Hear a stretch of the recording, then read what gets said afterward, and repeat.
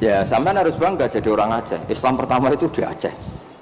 Tapi kalau ditanya orang mana, terus pokoknya di Aceh terus.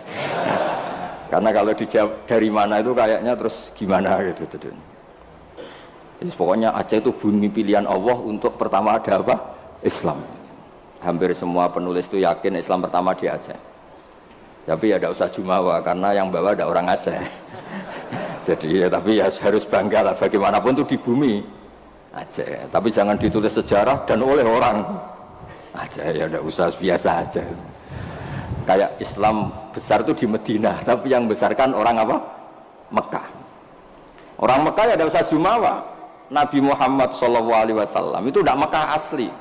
Beliau itu Aryaniul asli karena punya darah Khalilur Rahman Ibrahim. Orang Ibrahim itu orang Musol, marganya Arya. Makanya banyak orang-orang soleh disebut Arya. Arya itu marganya Nabi siapa? Ibrahim.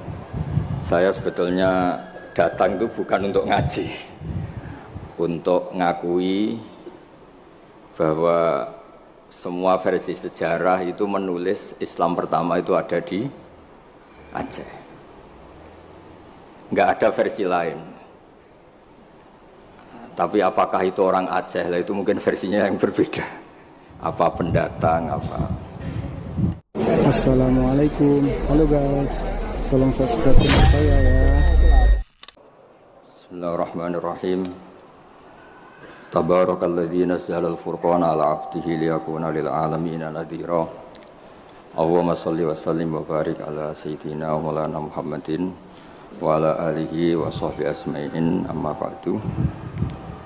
Semua pengurus takmir, semua tamu, semua yang hadir yang saya hormati. Wabil khusus di sini ada Tengku Habibi, ada Abi Ishak, Tengku Abi Ishak, ada Tengku Abun Tholib, semuanya kepala PLH, Bapak Abu Iskandar, Abi Iskandar yang saya hormati. Saya sebetulnya datang itu bukan untuk ngaji, untuk ngakui bahwa semua versi sejarah itu menulis Islam pertama itu ada di Aceh. Nggak ada versi lain. Tapi apakah itu orang Aceh? Lah itu mungkin versinya yang berbeda. Apa pendatang, apa. Karena saya ini dikenal sebagai penekun tafsir, saya akan cerita tentang tafsir. Saya tadi pagi rapat di kantor Kemenak. Di sini dikawal Pak Zarkasi, kebetulan beliau teman dari Pak Jamhuri. Jadi sebetulnya menurut Imam Tobari, ya ini mohon didengerin, Imam Tobari itu punya karangan yang disebut Umut Tafasir. Nggak ada tafsir kecuali nginduk kitab tafsir apa? Tobari. Termasuk tafsir Jalalain, Imam Suyuti, semua kitab tafsir itu nginduk tafsir Tobari. Di antara makalah paling terkenal adalah beliau bilang Quran itu mudah difahami bahkan oleh orang kafir. Bahkan oleh orang kafir itu dengan arti yang positif. Dulu cerita Islamnya Sayyidina Umar, kita tahu karena mendengar apa? Iparnya membaca surat apa? Toha ma anzalna alikal qur'ana litashqa. Terus beliau masuk Islam. Tapi yang ingin saya ceritakan di sini adalah riwayat Imam Bukhari dalam kitab Shahihul Bukhari. Sampai cari di kitab Tafsir ketika mentafsirkan surat Wat-Tur. Ketika perang Badar itu yang menang itu orang Islam dengan logika yang nggak masuk akal. Orang Islam itu jumlahnya 313, orang kafir bersenjata lengkap jumlahnya berapa? 1000. Singkat cerita, terus kemudian yang kalah itu dulu ya, hukum dulu itu yang kalah itu ditawan, termasuk tokoh-tokoh Quraisy. Di situ termasuk ada pamannya Nabi namanya Said Abbas, itu ikut ditawan. Ada orang pinter namanya itu Jubair bin Mut'im. Orang pinter ini disuruh tokoh-tokoh Quraisy untuk negosiasi membebaskan tawanan-tawanan kafir Quraisy. Pas datang di masjid, itu Nabi sedang baca Wat-Tur wa kitabim mastur fi raqim mansyur wal baitil ma'mur was saqfil marfu. Terus didengerin, Nabi itu sambil sholat, bukan acara seminar atau kajian ilmiah, bukan. Nabi bacanya ketika sholat maghrib. Tapi di situ terus kemudian Allah berlogika. Mbok yang kamu anggap Tuhan, mbok yang kamu anggap Tuhan itu ya punya reputasi, punya prestasi. Am khalaqus samawati wal ard. Mbok yang kamu pertuhankan itu punya reputasi menciptakan langit dan bumi. Sehingga disebut Tuhan itu agak keren lah, punya reputasi bangun langit, terus Tuhannya langit, bangun bumi, ya kemudian Tuhannya bumi. Ini yang kamu pertuhan tuh lahirnya di bumi, mati jadi mumi di pertuhan, itu kan aneh. Itu terus mikir ya, kalau gitu Tuhan itu tidak yang sementara kita pertuhan. Tuhan adalah yang menciptakan langit, bumi. Sebab itu Imam di sini termasuk Pak Jamhuri menekuni di ilmu tafsir, ilmu Quran TPQ di LP3 Jakarta. Ketika Allah menamakan dirinya Tuhan dan memang Tuhan, itu Allah ngendikan hadza khalqullah fa'aruni madza khalaqal ladzina min duni. Ini saya Tuhan menciptakan langit bumi. Mbok yo kalau kamu ngaku Tuhan ya menciptakan langit bumi, jangan ngaku Tuhan tanpa prestasi. Ada lagi ayat di awal Ahqaf. Qul ara'aytum ma tad'una min dunillah aruni madza khalaqu minal ardi am lahum syirkun fis samawati. Mbok yang kamu pertuhan selain Allah itu tunjukkan ke saya. Aruni itu tunjukkan ke saya apa sih prestasi mereka? Apa ikut terlibat pembuatan langit? Syirkun itu ikut terlibat. Sehingga tidak ada jawaban lagi kecuali Tuhan itu adalah Allah yang qadim. Allah yang wajibil wujud. Terus Jubair bin Mut'im kemudian masuk Islam. Berarti sudah ada dua tokoh terkenal yang memahami Quran sebelum masuk Islam. Tentu ini memahami yang benar. Sebab itu sabda Rasulullah SAW, saya ini bangga punya mukjizat yang tidak musiman, kata Nabi, yaitu Quran. Kata beliau yang dikutip di Sahih Bukhari di awal Mu'jizatul Quran, kata Rasulullah, sabda Rasulullah, ma minal anbiya'i nabiyyun illa qad utiya minal ayat ma mithluhu amana alaihil bashar wa inna ma kana alladhi utituhu wahyan awhahu wa ilayya fa arju an akuna aktsarahum tabi'an yaumal qiyamah. Semua nabi itu punya mukjizat tapi bentuknya fisik. Karena bentuknya fisik, maka ketika mukjizat itu sudah lewat, nggak ada saksi lagi. Misalnya tongkat Nabi Musa bisa membelah laut, bisa jadi ular besar. Kita sekarang kan nggak bisa membuktikan itu. Kalaupun itu nyata di masa lalu, saksinya sudah meninggal. Tapi mukjizatnya Quran ila yaumil qiyamah. Nah, ketikane semua ulama, terutama mukjizat rasionalitas berpikir. Saya cerita sedikit, saya biasa bahasa Jawa, tapi ini harus bahasa Indonesia karena kayak di luar negeri. Saya tadi kan rapat di Jakarta, kayak masih di Indonesia. Setelah di pesawat semuanya orang Aceh, ngomong itu kayak orang Thailand. Ini saya di luar negeri apa masih di Indonesia. Saya tidak tahu imam masjid tadi ngerasani apa. Tahu-tahu saya disuruh ngaji, tapi nggak ngerti satu bahasa apa. Kayak mantra. Jadi ini saya kayak di luar negeri. Jadi saya di luar negeri 2 kali, 1 ke Madura, 2 ke Aceh. Sama-sama nggak paham. Mukjizat tertinggi adalah dalalatun akliyah atau hujjatun akliyah. Sebab itu agama ini Allah memaklumatkan liqaumi yaqilun liqaumi yatafakkarun. Fir'aun itu jumawa, zalim, ngawur, semua kesalahan ada di Fir'aun. Memaklumatkan diri sebagai Tuhan. Saking yakinnya dia Tuhan, itu ketika Musa, Fir'aun, kamu tuh harus nyembah Tuhan. Nah, Tuhan kamu siapa Musa? Rabbus samawati wal ard, yang menuhani langit dan bumi. Kata Fir'aun, soal menuhani bumi, saya jalan kemana-mana nggak ada Tuhan selain saya. Soal kemungkinan Tuhan Anda di langit, saya mau bikin piramida yang tinggi. Nanti saya akan melihat Tuhan kamu ada apa enggak. Dia bilang ke arsitekturnya, ya Haman ibnili sorhal la ali abluhul asbab as-samawati fa'attali'a ila ilahi Musa. saya akan bangun piramida yang tinggi, nanti saya intip Tuhannya Musa itu ada apa enggak. Musa pusing kan, karena beliau sebagai Tuhan pun nggak pernah lihat Allah, apalagi ini apa, Fir'aun. Itu kalau piramida jadi, Fir'aun naik nggak melihat Allah, terus disimpulkan nggak ada, repot. Ternyata kalahnya Fir'aun dan yang menjadikan orang sekeliling Fir'aun itu iman, itu dengan logika sederhana. Ya sudah, kalau Rabbus samawati wal ardi kamu nggak percaya, Nabi Musa ganti jurus. Kalau orang bilang ganti logika, Rabbukum wa Rabbu abaikumul awwalin, yang menuhani nenek moyang kamu. Itu orang sekeliling Fir'aun terus tahu kalau Fir'aun itu nggak Tuhan. Ini kalau dia Tuhan, terus bapaknya Tuhannya siapa, mbahnya siapa, kakeknya siapa. Karena Tuhannya itu punya tanggal lahir. Masa Tuhan lahirnya dulu bapaknya, dulu mbahnya, lalu mbahnya itu yang menuhani siapa? Jadi disebut Tuhan itu siapa? Yang menuhani nenek moyangmu. Berarti apa?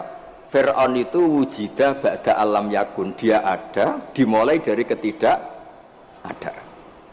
Berarti zaman dunia nggak ada Fir'aun, ya tetap baik-baik saja. Matahari ya tetap tugas, rembulan ya tetap tugas. Yang orang miskin ya meneruskan miskinnya, yang orang kaya meneruskan kayanya, normal semua. Yang orang hitam ya meneruskan hitamnya, yang ganteng ya meneruskan apa? Ganteng, normal semua. Tanpa ada Tuhan, yaitu logika itu membentuk orang-orang sekeliling Fir'aun itu terus menjadi iman. Makanya disebut waqala rajulun mu'minun min ali fir'aun yaktumu imanah. Ada banyak orang yang iman tapi menyembunyikan imannya, karena nggak bisa bendung logika yang dibawa oleh Al-Quran. Makanya disebut qul falillahil hujjatul balighah. Quran, Allah yang dilewatkan Rasulullah itu punya logika yang tidak terbantahkan, disebut al-hujjatul balighah. Sebab itu penting membawa ulang Quran dengan logika-logika yang ilmiah. Saya kenapa matur begini, saya ulang lagi, saya sebenarnya agak niat ngaji, tapi ini diminta dan bentuk penghormatan saya karena hampir semua penulis itu yakin Islam pertama di Aceh. Tapi ya tidak usah jumawa karena yang bawa ada orang Aceh. Jadi ya, tapi ya harus bangga lah, bagaimanapun itu di bumi Aceh. Tapi jangan ditulis sejarah dan oleh orang Aceh, ya tidak usah, biasa aja. Kayak Islam besar itu di Madinah, tapi yang besarkan orang apa? Mekah. Orang Mekah ya tidak usah jumawa. Nabi Muhammad SAW itu tidak Mekah asli. Beliau itu Aryaniul asli karena punya darah Khalilur Rahman Ibrahim. Orang Ibrahim itu orang Musol, marganya Arya. Makanya banyak orang-orang soleh disebut Arya. Arya itu marganya Nabi siapa? Ibrahim. Sehingga orang Mekah bangga Nabi itu Arab-Arab, Nabi Muhammad ya nggak suka. Saya ini turunan Ibrahim. Ibrahim itu orang Aryani, orang Irak. Nah, orang Mesir juga seneng karena Siti Hajar itu orang apa? Mesir. Nabi Ibrahim nikah sama Siti Hajar, punya putra Ismail, kemudian melahirkan bangsa Arab. Dan bentuk penghormatan Allah pada orang-orang kampung, orang-orang pedesaan, yang menjadi dagingnya Nabi itu apa? Susunya, air susunya al-halimatus sa'diyah. Jadi Nabi itu disusui oleh imro'atun badawiyah, perempuan desa, yaitu halimatus. Maka pada diri Nabi itu ada Mekahnya, ada Mesirnya, ada Aryaninya, ada daging yang tumbuh dari labanul murdiah, yaitu halimatus sa'diyah. Maka ngendikane guru saya Kiai Memun, juga ngendikane Bapak, memang Nabi itu didesain supaya semua orang itu bangga. Misalnya sampean wong desa bangga, biye-biye sing nyusui Nabi itu halimatus sa'diyah. Ya, sampean harus bangga jadi orang Aceh. Islam pertama itu di Aceh. Tapi kalau ditanya orang mana, terus pokoknya di Aceh terus. Karena kalau dijawab dari mana itu kayaknya terus gimana gitu. Terus pokoknya Aceh itu bumi pilihan Allah untuk pertama ada apa? Islam. Ya, saya ulang lagi. Logika ini mengalahkan kekuatan apapun. Sehingga ketika Saharatu Fir'aun itu iman semua, itu hanya dengan logika, termasuk tadi kalau engkau Tuhan Fir'aun, lalu yang nuhani nenek yang kamu itu siapa? Jadi dikatakan Allah Tuhannya langit, Fir'aun masih jumawa mau ngintip lewat apa? Piramida. Tuhannya bumi, Fir'aun masih jumawa, selama ini yang jadi Tuhan saya katanya. Jadi mensifati Allah itu dengan logika yang tidak terbantahkan. Nah itu yang ada di surat Tur, am khuliqu min ghairi shay'in, saterusé am khalaqus samawati. Terus ada lagi yang mencibir mereka, orang-orang kafir. Am lahum sulamu yastami'una fi. Kalau mereka Tuhan dan menciptakan langit, boleh sekali-kali kunjungan ke langit dong. Khazananya dicuri orang apa enggak, masih apa enggak, terus gudangnya masih apa enggak. Sulam itu tangga. Kalau mereka merasa Tuhan dan pemilik langit, sekali-kali boleh naik ke langit, ngecek gudangnya masih apa enggak. Khazain itu maknanya apa? Gudang. Ini Tuhannya langit, di bumi terus. Naik pohon mangga aja kadang jatuh, kadang tulang patah, dioperasi. Ini terus gimana? Ini Tuhan model apa ini? Begitu juga yang dipertuhankan selain Fir'aun. Kadang Allah hanya ngendikan kana yakulanit to'am, kana yakulanit to'am. Yang dianggap Tuhan itu masih makan. Kalau masih makan berarti kalau nggak makan tuh lemes. Lama-lama ditili umatnya, gimana Tuhan? Oh, saya sakit, lemes, kurang makan. Bareng makan sehat lagi. Terus orang itu cuma alhamdulillah bisa ngasih makan apa? Tuhan. Tadi hampir mati gitu. Jadi itu logika Quran untuk memastikan yang Tuhan Allah itu sederhana. Karena yakulanit toh. Nah kenapa saya ngaji ini? Karena sekarang Quran tuh kasihan. Kena ulama-ulama yang model paket. Yasin menjadikan masuk surga. Waqiah menjadikan orang banyak uang. Yang paling parah surat Ra'd mempercepat kematian katanya. Maksud saya, jangan gitu-gitu banget gitu. Memang semua Quran itu punya mukjizat, tapi ya jangan model paket apa? Model apa? Kadang-kadang masalahnya dibantah. Itu Cina nggak pernah baca Waqiah kaya. Kan repot kalau model. Boyo ngaji Waqiah itu adalah oke lah, mungkin sebagian orang kalau baca Waqiah rezekinya lancar, tapi boyo baca misalnya ini hebatnya Allah. Allah ngendikan begini, falola in kuntum ghaira madinin tarji'unaha in kuntum shadiqin. Falola idza balaghatil khulqum wa antum khina idin tantur. Hei para pendakwah Tuhan, hei para orang yang mengaku dirinya Tuhan, boyo jangan mati. Tuhan kok mati? Boyo ketika nyawa kamu sampai tenggorokan, kamu tarik lagi. Tuhan kok mati? Kan itu. Falola in kuntum ghaira madinin tarji'unaha in kuntum shadiqin. Kamu tuh gimana? Tuhan kok kehilangan nyawa itu? Ini model apa gitu. Jadi logika yang dibangun Quran itu al-hujjatul balighah. Sebab itu Nabi ngendikan, saya berharap dengan mukjizat ini Islam abadi kuat ila yaumil qiyamah. Coba kalau mukjizat kita tongkatnya Nabi Musa, bisa rebutan orang Jawa sama orang Aceh, rebutan tongkat. Nanti setelah di masjid Aceh rebutan, imam sama wakil imam rebutan. Setelah dibuktikan dipukulkan laut, sama-sama nggak mandi, ribet. Tapi kalau mukjizatnya Quran ini nur yamsi bihi finnas, menjadi nur yang selalu kita bawa. Misalnya nyuwun sewu kita miskin nggak ada yang menghormati, nggak ada yang percaya. Itu kata Imam Ghazali, resepnya orang miskin akut disuruh datang ke kuburan. Ini yang ngendikan Imam Ghazali, kitab Ihya. Disuruh datang ke kuburan, terus di hatinya bilang gini, semua orang yang mati mulai Nabi Adam sampai kiamat keinginannya hanya satu, ingin hidup lagi di dunia. Dan saya punya yang diingini seluruh orang mati di seluruh dunia. Orang kalau sudah mati meskipun orang soleh tetap ingin kembali ke dunia. Bedanya yang soleh ingin menambah apa? Kesolehannya. Artinya apa? Sekira-kiranya orang itu punya sesuatu yang diingini oleh orang yang mati mulai Nabi Adam ila yaumil qiyamah. Orang yang sudah mati inginnya apa? Hidup lagi. Dan kita punya kehidupan. Sehingga terus syukur karena masih hidup. Ya gak usah alasan mapan apa enggak. Kenapa kamu syukur? Masih hidup. Gitu aja penjelasannya sudah. Terus terakhir saya cerita tentang, ini saya tidak bosan-bosan matur supaya jenengan tambah kuat imannya. Ini cerita wali. Anda boleh percaya boleh enggak. Tapi logikanya benar. Logika ini pasti benar. Dulu zaman Nabi Adam diangkat jadi khalifah, itu malaikat itu protes. Kenapa Adam jadi khalifah? Manusia itu ya mesti tergila-gila lah, biasalah manusia tergila-gila harta, tahta, wanita. Ini bahaya kalau manusia jadi khalifah. Terus kata Allah, tapi saya tahu kelebihan manusia. Ternyata malaikat tuh nggak bisa melogikakan kenapa kita harus bertauhid. Jadi malaikat ditanya Allah, kenapa kamu iman sama saya? Kata malaikat, saya ini kan malaikat, ikut panitia menciptakan langit surga. Ya, jadi saya tahu lah kalau. Jadi dia iman tuh karena tahu.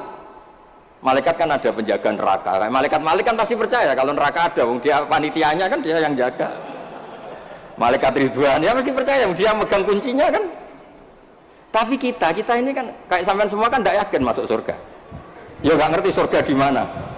Tapi kalau baca la ilaha PD-nya la ilaha illallah la ilaha illallah. Karena miftahul jannah la ilaha illallah. Singkat cerita, suatu saat itu manusia dipanggil sama Allah. Coba malaikat-malaikat itu ajarin cara berlogika tauhid yang benar. Ya saya ini bukan nyinggung jenengan, kebetulan yang dipanggil gak jenengan, yang dipanggil Imam Amudi sama Allah disuruh. Coba terangkan, nggak melihat Tuhan kok percaya adanya Tuhan itu gimana? Imam Amudi lah nerangkan itu sederhana. Angka itu 2, 3, 4, 1000, semiliar, setriliun. Nisbatu dzalika ilal wahid, nisbatul far'i ilal asli. Angka itu buat 2, 3, 1 miliar, 1 triliun dinisbatkan ke angka 1, semuanya itu cabang dari angka 1. Fal aslu huwal wahid, yang asli, yang pokok adalah angka 1. Nah itu qul huwallahu ahad. Oh malaikat gede-gede kok bisa mikir gitu, kok bisa. Artinya apa? Manusia meskipun nggak ngerti langsung Allah itu kayak apa, tapi tetap yakin karena semuanya dimulai dari angka 1. Ya, jadi angka itu 2, 3 sampai 1 miliar, 1 triliun apa? Nisbatu dzalika ilal wahid, nisbatul far'i ilal asli. Semuanya itu cabang, yang pokok adalah angka 1. Terus dua, beliau mencontohkan gambar. Saya ada bosan-bosan nyatakan, sampean ngerti gambar. Sampean cek gambarnya bagus atau jelek gak masalah, sementing gambar. Sampean gambar masjid Baitur Rahman ini. Iya, Baitur Rahman ya. Karena yang Baitur Rahim diambil di daerah saya, jadi di sini. Kamu gambar itu mesti dimulai 1 titik.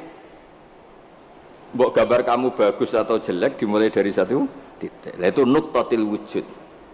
Itulah sirrinya, rahasianya kenapa Quran dimulai Bismillahirrahmanirrahim. Itu dimulai dari 1 titik, yaitu nuqtatil wujud.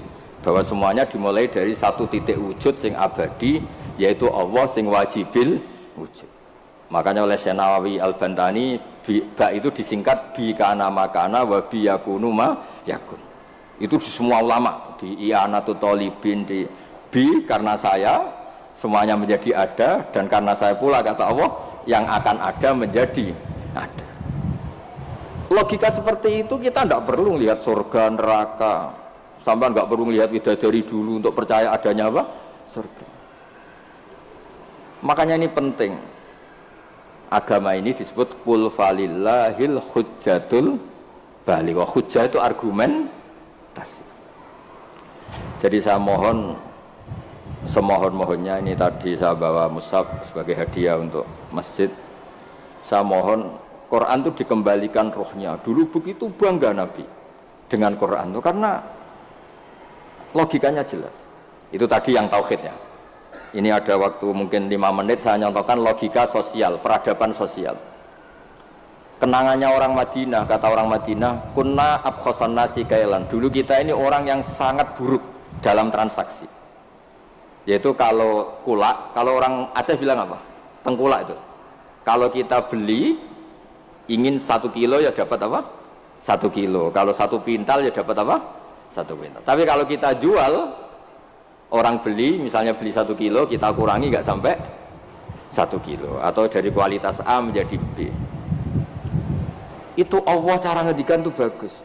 Wailul lil mutaffifin alladzina idza talu 'alan nasi yastawfun wa idza kaluhum aw wazanuhum yukhsirun. Itu orang nggak benar, itu nggak fair ketika tengkulak dia ingin itu orang nggak benar, itu nggak fair ketika tengkulak dia ingin timbangannya 1 kuintal mendapat 1 kuintal.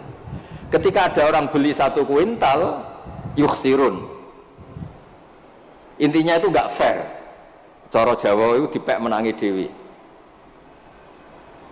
Itu enggak benar, peradaban seperti itu tuh enggak benar. Sehingga terus orang Madinah itu menjadi ahsanan nasi kailan, orang yang sangat baik dalam berperadaban. Kalau ingin dihormati orang ya harus hormat. Kalau enggak ingin disakiti orang yang jangan menyakiti orang. Sehingga kita tidak melakukan tatfif. Tatfif itu curang, enggak fair. Ya itu disebut apa? Wailul lil mutaffifin alladzina idza talu 'alan nasi yastawfun. Kalau posisi tengkulak ingin 1 kuintal dapat apa? 1 kuintal. Wa idza kaluhum awazanuhum, kalau ada orang beli 1 kuintal mendapatkannya yukhsirun, orang itu tidak sampai dapat apa? Itu kan mirip kita sebagai tokoh atau kiai. Kita tidak hormati umat kita, tapi kalau umat kita tidak hormati kita, kita marah, itu tidak fair. Kalau ingin dihormati orang ya harus menghormati orang lain.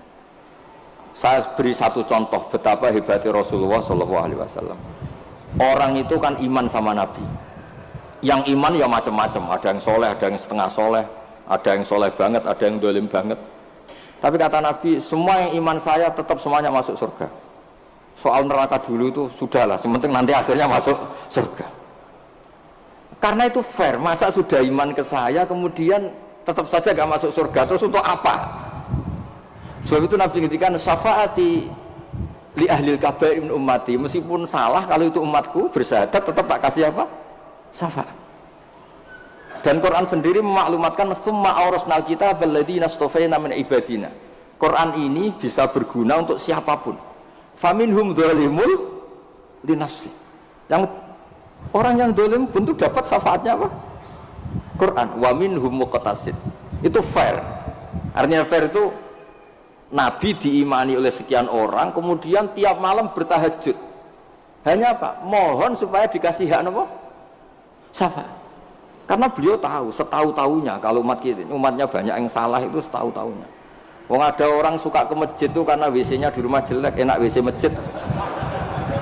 Ada orang kalau di masjid betah, dikira itu ahli itikaf, ternyata AC-nya enak AC masjid.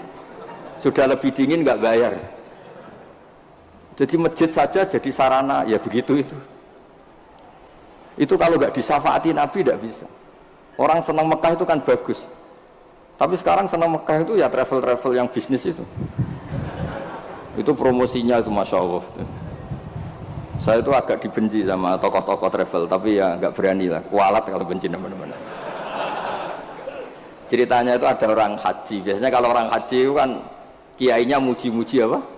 Haji, soalnya orang haji itu gini-gini surga, al-hajjul mabrur aisalahu jazaa'un ilal apa? Jannah. Biasanya di BRI, di BNI kan ada hadis-hadis itu. Ada orang haji kan dilepas sama kiainya. Kebetulan kiainya saya ngelepas ya haji mabrur itu masuk surga. Yang sabar dengan kemiskinannya ya masuk surga. Sering dimarahin istri sabar ya masuk surga. Ana wa kafirul yatim kahataini fil jannah. Yang ramah anak yatim ya masuk surga. Terus kata Nabi, orang yang menjaga 2 yang lubang, al-ajwafan 2 yang lubang, yaitu jaga lesannya dan farjinya juga masuk surga. Itu yang hadirin senang semua karena mereka yakin nggak akan haji. Katanya nggak ada kiai bagus Pak. Karena yang nggak bakat-bakat haji, yang miskin permanen atau apa, semua. Itu yang punya rumah itu kayaknya mangkel tapi ya dia gitu. Terus saya bilang, kalau kamu mangkel sama pidato saya karena yang tak promosikan masuk surga ada kamu tok, saya akan berdoa kamu masuk neraka. Wah jangan Gus, nggak apa-apa. Maksud saya, Mbok Yo Kiai itu niru saya gitu. Supaya konstitusi Islam itu utuh. Sehingga semua orang tuh nikmati sarana yang dikasihkan Rasulullah SAW. Sukses ninggal zina ya janjinya surga, ngerawat anak yatim ya surga, peduli sosial ya surga, la doror wala diror, tidak merugikan orang lain ya surga. Sehingga varian Islam itu banyak. Orang-orang yang punya biro haji itu seakan-akan surga itu haji. Makanya saya ini agak diuji sama Allah. Sering ditawarin haji gratis supaya mencabut fatwa itu kayaknya itu. Nggak maksud saya, Ibu yang fair.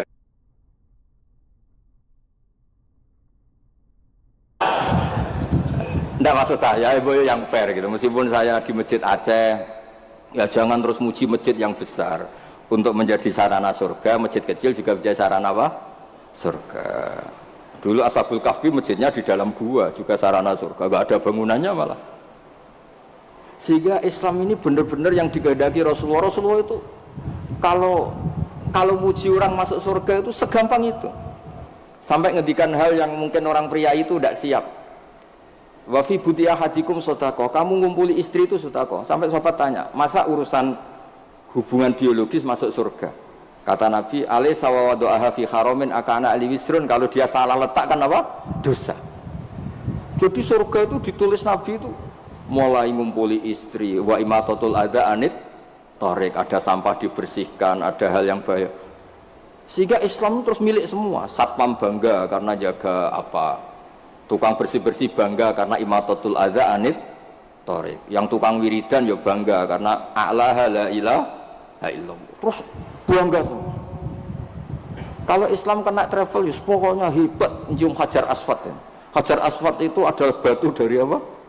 Surga, terus diulang-ulang. Kita ini juga bagian dari surga, kata saya. Saya juga asli dari surga, kata saya. Dia agak terima. Memangnya Nabi Adam itu orang Aceh, Nabi Adam penduduk surga. Coba Nabi Adam itu orang surga apa orang Aceh coba? Orang surga kan? Terus kamu ada darahnya Nabi Adam enggak? Berarti kamu makhluk surga apa Aceh? Surga kita ini turunan orang. Makanya masuk surga logikanya itu gampang, itu kan rumah kita. Mbah-mbah kita itu lahir di mana? Surga, yaitu Nabi Adam. Ini saya tidak guyon, ini ilmiah ya. Jadi tidak hanya Hajar Aswad. Kecuali yang ngendikan Ki Ikhlas ini enggak, ngendikannya itu promosi. Terus tak tanya, terus kalau nyium berapa? 1,5 juta Gus. Wah. 1,5 juta. Nggih ngoten niki kula manjen mboten niat ngaji tapi nggih kula menghormati penduduk Aceh, guys. Tapi ya jangan jumawa, ya pokoknya seneng ini bumi yang dipakai sujud, dipakai nasrul Islam. Saya memang ingin ke Aceh, hanya ingin hormat, pernah sholat di masjid sini. Terus tadi diminta sama teman-teman ngaji ya. Pokoknya saya pesen baca terus ya, kul falillahil hujjatul balighah. Quran itu liqaumi ya'qilun, liqaumi yatafakkar. Sehingga Quran ini akan abadi ila yaumil kiamah. Ya, tadi satu itu pokok, 2, 3 sampai 1 miliar apa? Nisbatu dzalika ilal wahid, nisbatul far'i ilal asli. Angka sebanyak apapun kalau dibanding satu apa? Semuanya itu cabang, yang pokok itu satu. Makanya kul huwallahu ahad. Jadi kalau suwun dengan logika niki kayak terus gampil, mugi-mugi berkah. Minta maaf yang banyak, ngapunten ingkang kathah. Assalamualaikum warahmatullahi wabarakatuh. Ini tak tinggal loh, ini salam. Assalamualaikum. Halo guys. Tolong subscribe channel saya ya. Nyata terkait ruang dan waktu. Kita tahu nak Madinah Mekah niku saniki dihitung nu 460 kilo. Pinten 460 kilo. Jadi secara fisik jelas tiang hijrah niku menempuh jarak 460 kilo. Niku wonten sing dibunuh orang kafir, dibantai di tengah perjalanan. Ada yang mati normal karena kecapean. Sing ngalami niku sedanten tetap diwales Allah rupane napa? Swarga. Kemudian setelah tahun 10 Hijriah, nggih tahun pinten sedasa napa Hijriah, berarti Nabi sudah umur 62 hampir 63. Mergi kula nate ngitung nak umur nubuwahe Nabi 40 tahun. Teng Mekah niku 13 tahun dadi Nabi, berarti Nabi pas hijrah niku tahun pertamane niku 53. Nggih, tahun pertamane hijrah niku berarti Nabi umur pinten? 53. Berarti kalau tahun ke-10 dia Nabi sekitar 62, nginjak pinten 63. Nah niku ba'da Fatih Mekah niku tanggal 10 Ramadan tahun ke-10. Ya Fathu Mekah rata-rata ulama ngitung pinten 10 Ramadan tahun pinten ke-10. Niku Nabi ngendikan la hijrata ba'dal fathi walakin jihadun wa niyatun. Saiki ku ora ana hijrah sause secara fisik hijrah ku wis ditutup. Walakin jihadun wa niyatun, sing ijau karek niat ambek jihad, ambek berjuang. Niki rungokno mawon nggih, kula tak maca hadis-hadis sahih. Terus akhirnya Nabi ngendikan gaya kesimpulan al muslimu man salimal muslimuna min lisanihi wa yadihi wal muhajir man hajara ma nahawahu anhu. Sing darani wong Islam sing wong Islam liya selamat sangka polahe tangane lan polahe lisane. Terus wal muhajiru te wong kang hijrah ning era badal fathi iku man sapa wonge hajara kang gelem ninggal sapa man. Ninggal ma ing perkara naha kang nyegah sapa Allah anhu sangking ma. Terus sinten mawon sing ninggal barang maksiat niku berarti statusnya disebut napa muhajir. Mergo maknane muhajir ninggal asli maknane nisbate fisik ya ninggal kota Mekah menuju kota napa Madinah. Berarti nak perilaku ge ninggal barang elek menuju barang napa apik. Lah niku setelah fathah setelah Fathu Mekah disebut wal muhajir man hajara mana hawahu anhu sing darani wong hijrah iku sing ninggal apa sing dilarang apa. Pun niki riyen nggih terus niki dadi pengetahuan. Nah, kemudian ada masalah-masalah politik ya, masalah-masalah macam-macam.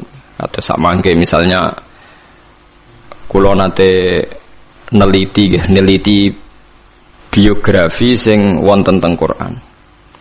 Niki rungokno tenan nggih. Zaman Nabi Sugeng itu selalu ada daerah-daerah yang disebut Ardisuk. Misalnya Usoyyah, hari ini wonten daerah jenenge Usoyyah, Zakwan, Ri'lan. Itu daerah-daerah yang dicap Nabi daerah buruk. Kemudian kalau era ulama-ulama Irak yang saat ini terkenal, itu ya dianggap Ardisuk. Ke Irak yang sekarang itu bekasi Babylon sing dulu kota sihir. Wa ma unzila 'alal malakaini bi Babila napa Harut wa Marut. Terus macam-macam ya. Kemudian ulama itu khilaf, kalau Anda hidup di negara yang enggak prospek boleh pindah. Di mana di tempat Anda pindah itu menjadi nyaman beribadah. Ini rungokno tenan, misalnya sampean ditakdir di kota Jakarta, pas kota, di situ misalnya banyak niklab, banyak maksiat.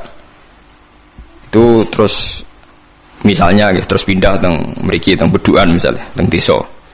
Tapi genti dosa ngrasani hasud, drengki.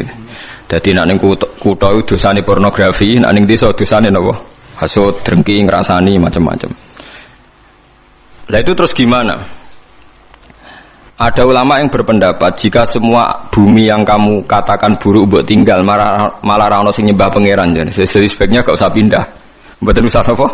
Pindah. Tapi kamu punya niat bahwa ikut mengisi Jakarta itu ben tempat itu ada yang soleh.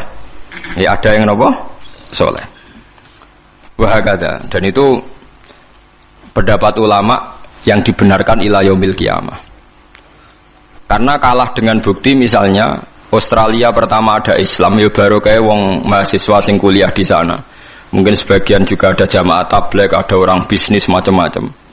Sehingga Australia menjadi ada Muslim dari minoritas lama-lama jadi komunitas ya, dari minoritas lama-lama jadi komunitas tertentu, lama-lama dimaklumi, mungkin lama-lama juga jadi mayoritas. Begitu juga ke Inggris. Pertama dulu wong Islam ning kono buruh, suwe-suwe sugih. Sesuai kelar tuku Manchester City, tuku macam-macam, jadi bos, jadi napa? Bos. Wong kafire sing dadi napa? Buruh. Lho nggih to nggih. Pertama ya wong perantau-perantau suwe dadi wong sugih terus sinten Al-Fayyad niku. Al-Fayyad terus ilat Inggris nak darani Dodi napa? Fayyad. Niku ilat Arabe napa? Al-Fayyad. Wong sing akeh duwike wong Arab nak darani napa?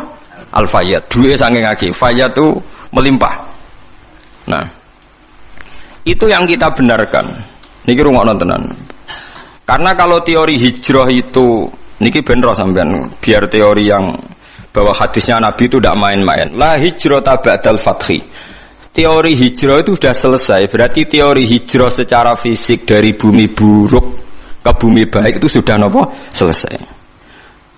Yang ada adalah walakin jihadun wa niyatun. Yang ada itu masih jihad dan niat. Jihad itu pokoknya niat berjuang li'ila'i kalimatillah. Niat itu sebagai ngurip-ngurip agamanya Allah. Mboten niki rungokno tenan nggih ben sampean optimis. Sekarang kalau dibalik, misalnya orang yang sudah Islam di Inggris 10, merasa Inggris itu daerah Kristen, bu Anglikan, bu nopo-nopo, terus pindah nih Mekah. Berarti Inggris sama sekali gak ada Islam.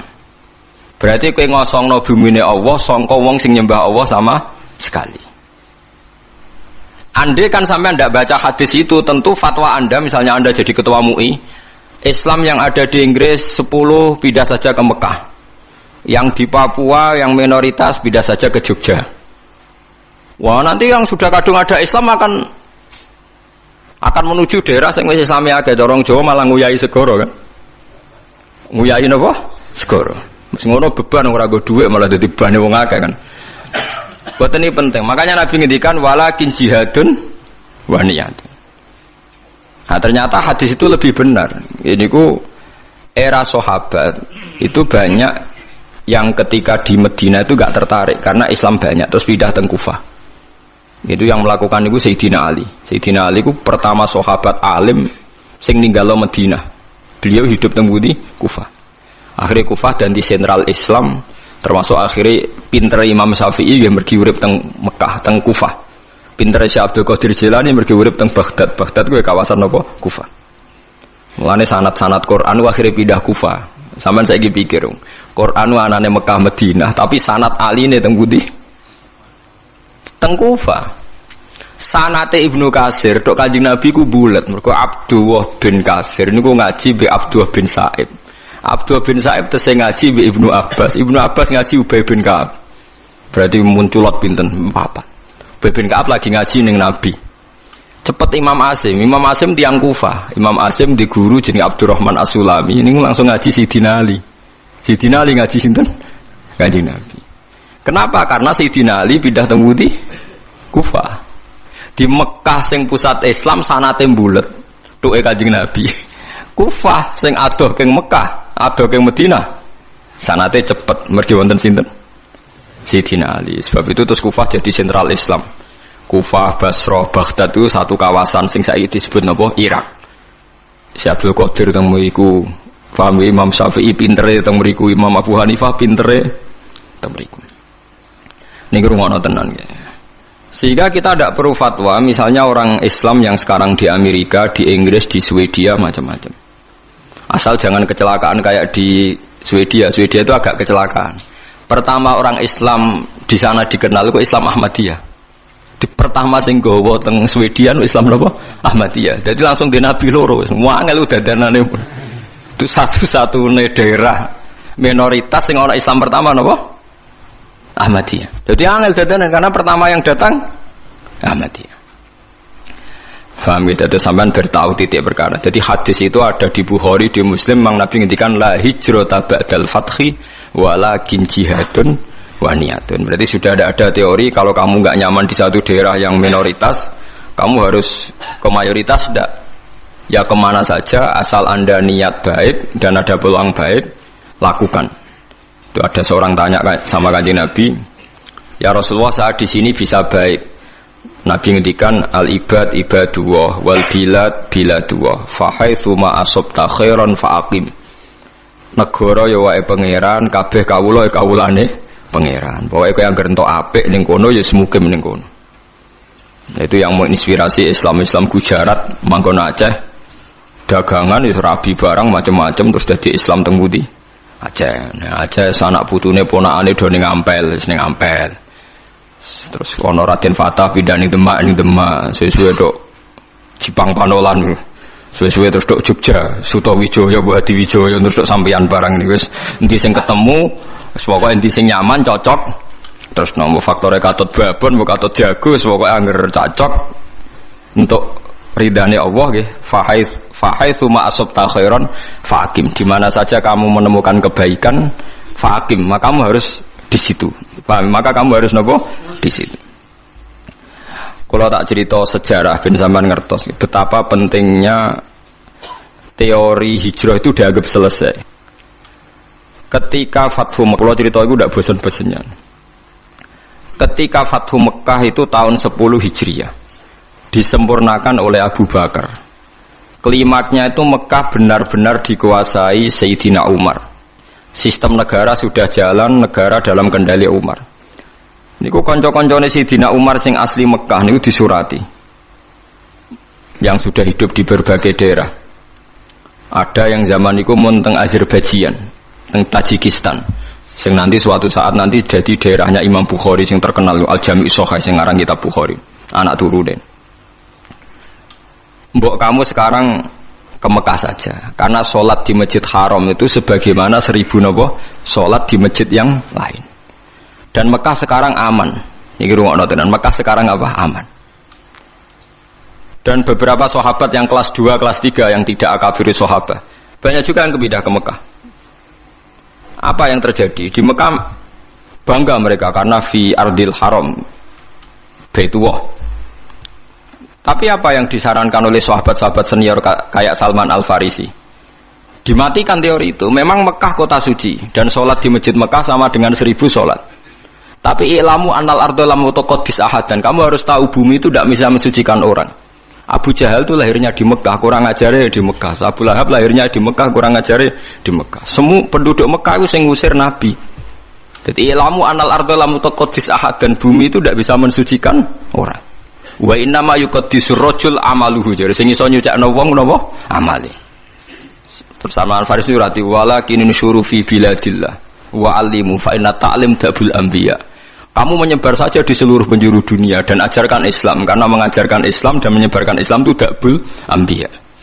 Semenjak itu tidak ada teori sentralisasi di Mekah. Nah, ndelalah era Ali Muawiyah ada konflik. Ada konflik barokah luar biasa. Konflik Sayyidina Ali Muawiyah, sahabat-sahabat yang mboten derek-derek menuju Cina. Zaman itu memang Cina populer sekali. Lah yang menuju Cina itu terus ada yang tersesat ke Selat Malaka. Itu terus diantaranya muridnya Sayyidina Ali urip teng Pasai, teng Aceh, teng Sumatera lah yang jelas. Sehingga Islam di Aceh itu tua sekali, karena rata-rata sejarawan yakin Islam di Aceh itu zaman sinten Sayyidina Ali. Jadi kowe kudu roh. Jadi akhirnya artinya andai kan teori hijrah itu dipakai, tentu semua ini haram karena menuju bumi yang belum nyembah Allah, gitu, paham ya? Andai kan teori hijrah itu dipakai, berarti perjalanan ini haram semua kan, dari Mekah Madinah malah menuju bumi yang belum menyembah Allah. Tapi kalau pakai teori Dabul Anbiya bahwa menyebarkan Islam itu watak para nabi, malah keinginan kita dari yang tidak ada menyembah Tuhan kita ke sana biar ada yang menyembah Tuhan. Aja malah tahsilul hasil rebutan tongkat masjid itu malah perkara.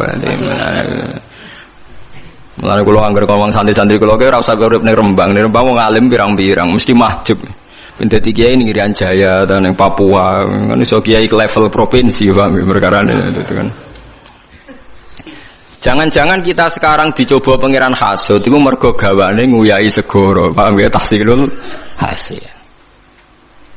Jadi paham ya, jadi ini penting. Meskipun kita mungkin enggak bisa melakukan, tapi sampean tahu bahwa Islam secepat ini menyebar di dunia itu barokah fatwane Salman Al-Farisi dan beberapa sahabat annal ardo lam tuqaddis ahadan, bahwa bumi itu tidak bisa mensucikan orang. Bukti ini Abu Jahal lahir di Mekah, uripe di Mekah, kelakuane ora karu-karuan. Sing wong Madinah lahir ning Yasrib, pedalaman, dadi sahabat napa Ansor. Semenjak itu sahabat itu gak pati fanatik urip ning Mekah. Mulai sahabat akabir sahabat ada yang hidup di Mekah. Mulate sanate Abdullah bin Kasir sing wong Mekah.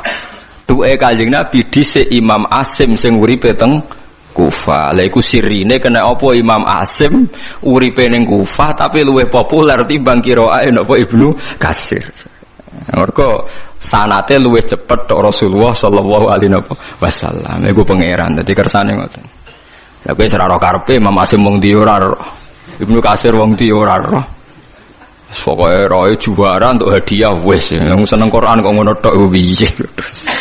Mbok gedhingi ku ya dosa, mbok dukung ya tambah dosa wis ya. Wis mbarno. Tapi kayak ben roh duduk perkara. Paham ya, terus kula suwun enggak boleh menafsirkan Quran kecuali dengan hadis sahih. Lah hadis sahih paling masyhur di Bukhari Muslim itu memang Nabi berkali-kali ngendikan la hijrata ba'dal fathi walakin jihadun wa niyatun. Nah begitu juga sekarang ke mall misalnya, orang ngajak anak cucunya ke mall atau ngajak ponakane marung ning warung rodo enak, itu juga termasuk jihad dan niat ketika sudah menanamkan kalimat tauhid. Saya pernah baca, ya. Memang saya benar-benar baca kitab, buatan-buatan akal-akalan kula. Ada seorang wali yang akan jadi wali terus sampai mati ketika tausiah alal ahli, agak longgar pada keluarga. Misalnya begini, ini yang saya alami mawon nggih, mboten saya nyontokno wong liya, sing kula alami. Kula nglatih anak kula salat, wis salat Allahu Akbar. Dan bagi saya Allahu Akbar itu kalimat yang spesial. Anak saya sujud, ya sudah membaca Subhana Rabbiyal A'la, itu bagi saya spesial sekali. Tentu kalau sampean memang mukmin betul, mukmin sejati, kamu nggak usah pakai status itu anak kamu sebenarnya mangan ta ora itu goblok ya, itu bodoh sekali kalau kamu pakai status itu. Ini anak saya sudah bisa melafadzkan kalimat thayyibah yaitu Allahu Akbar, sudah bisa sujud. Ini spesial, sesuatu yang spesial itu harus dipertahankan. Caranya gimana? Minimal seorang anak itu jangan kecewa sama bapaknya. Nah, anak seneng jajan ya jajan, no. Nak seneng mangan enak, kayak mangan enak. Tapi semuanya ini demi mengawal kalimat tauhid dan kebenaran-kebenaran Islam yang kamu tanamkan.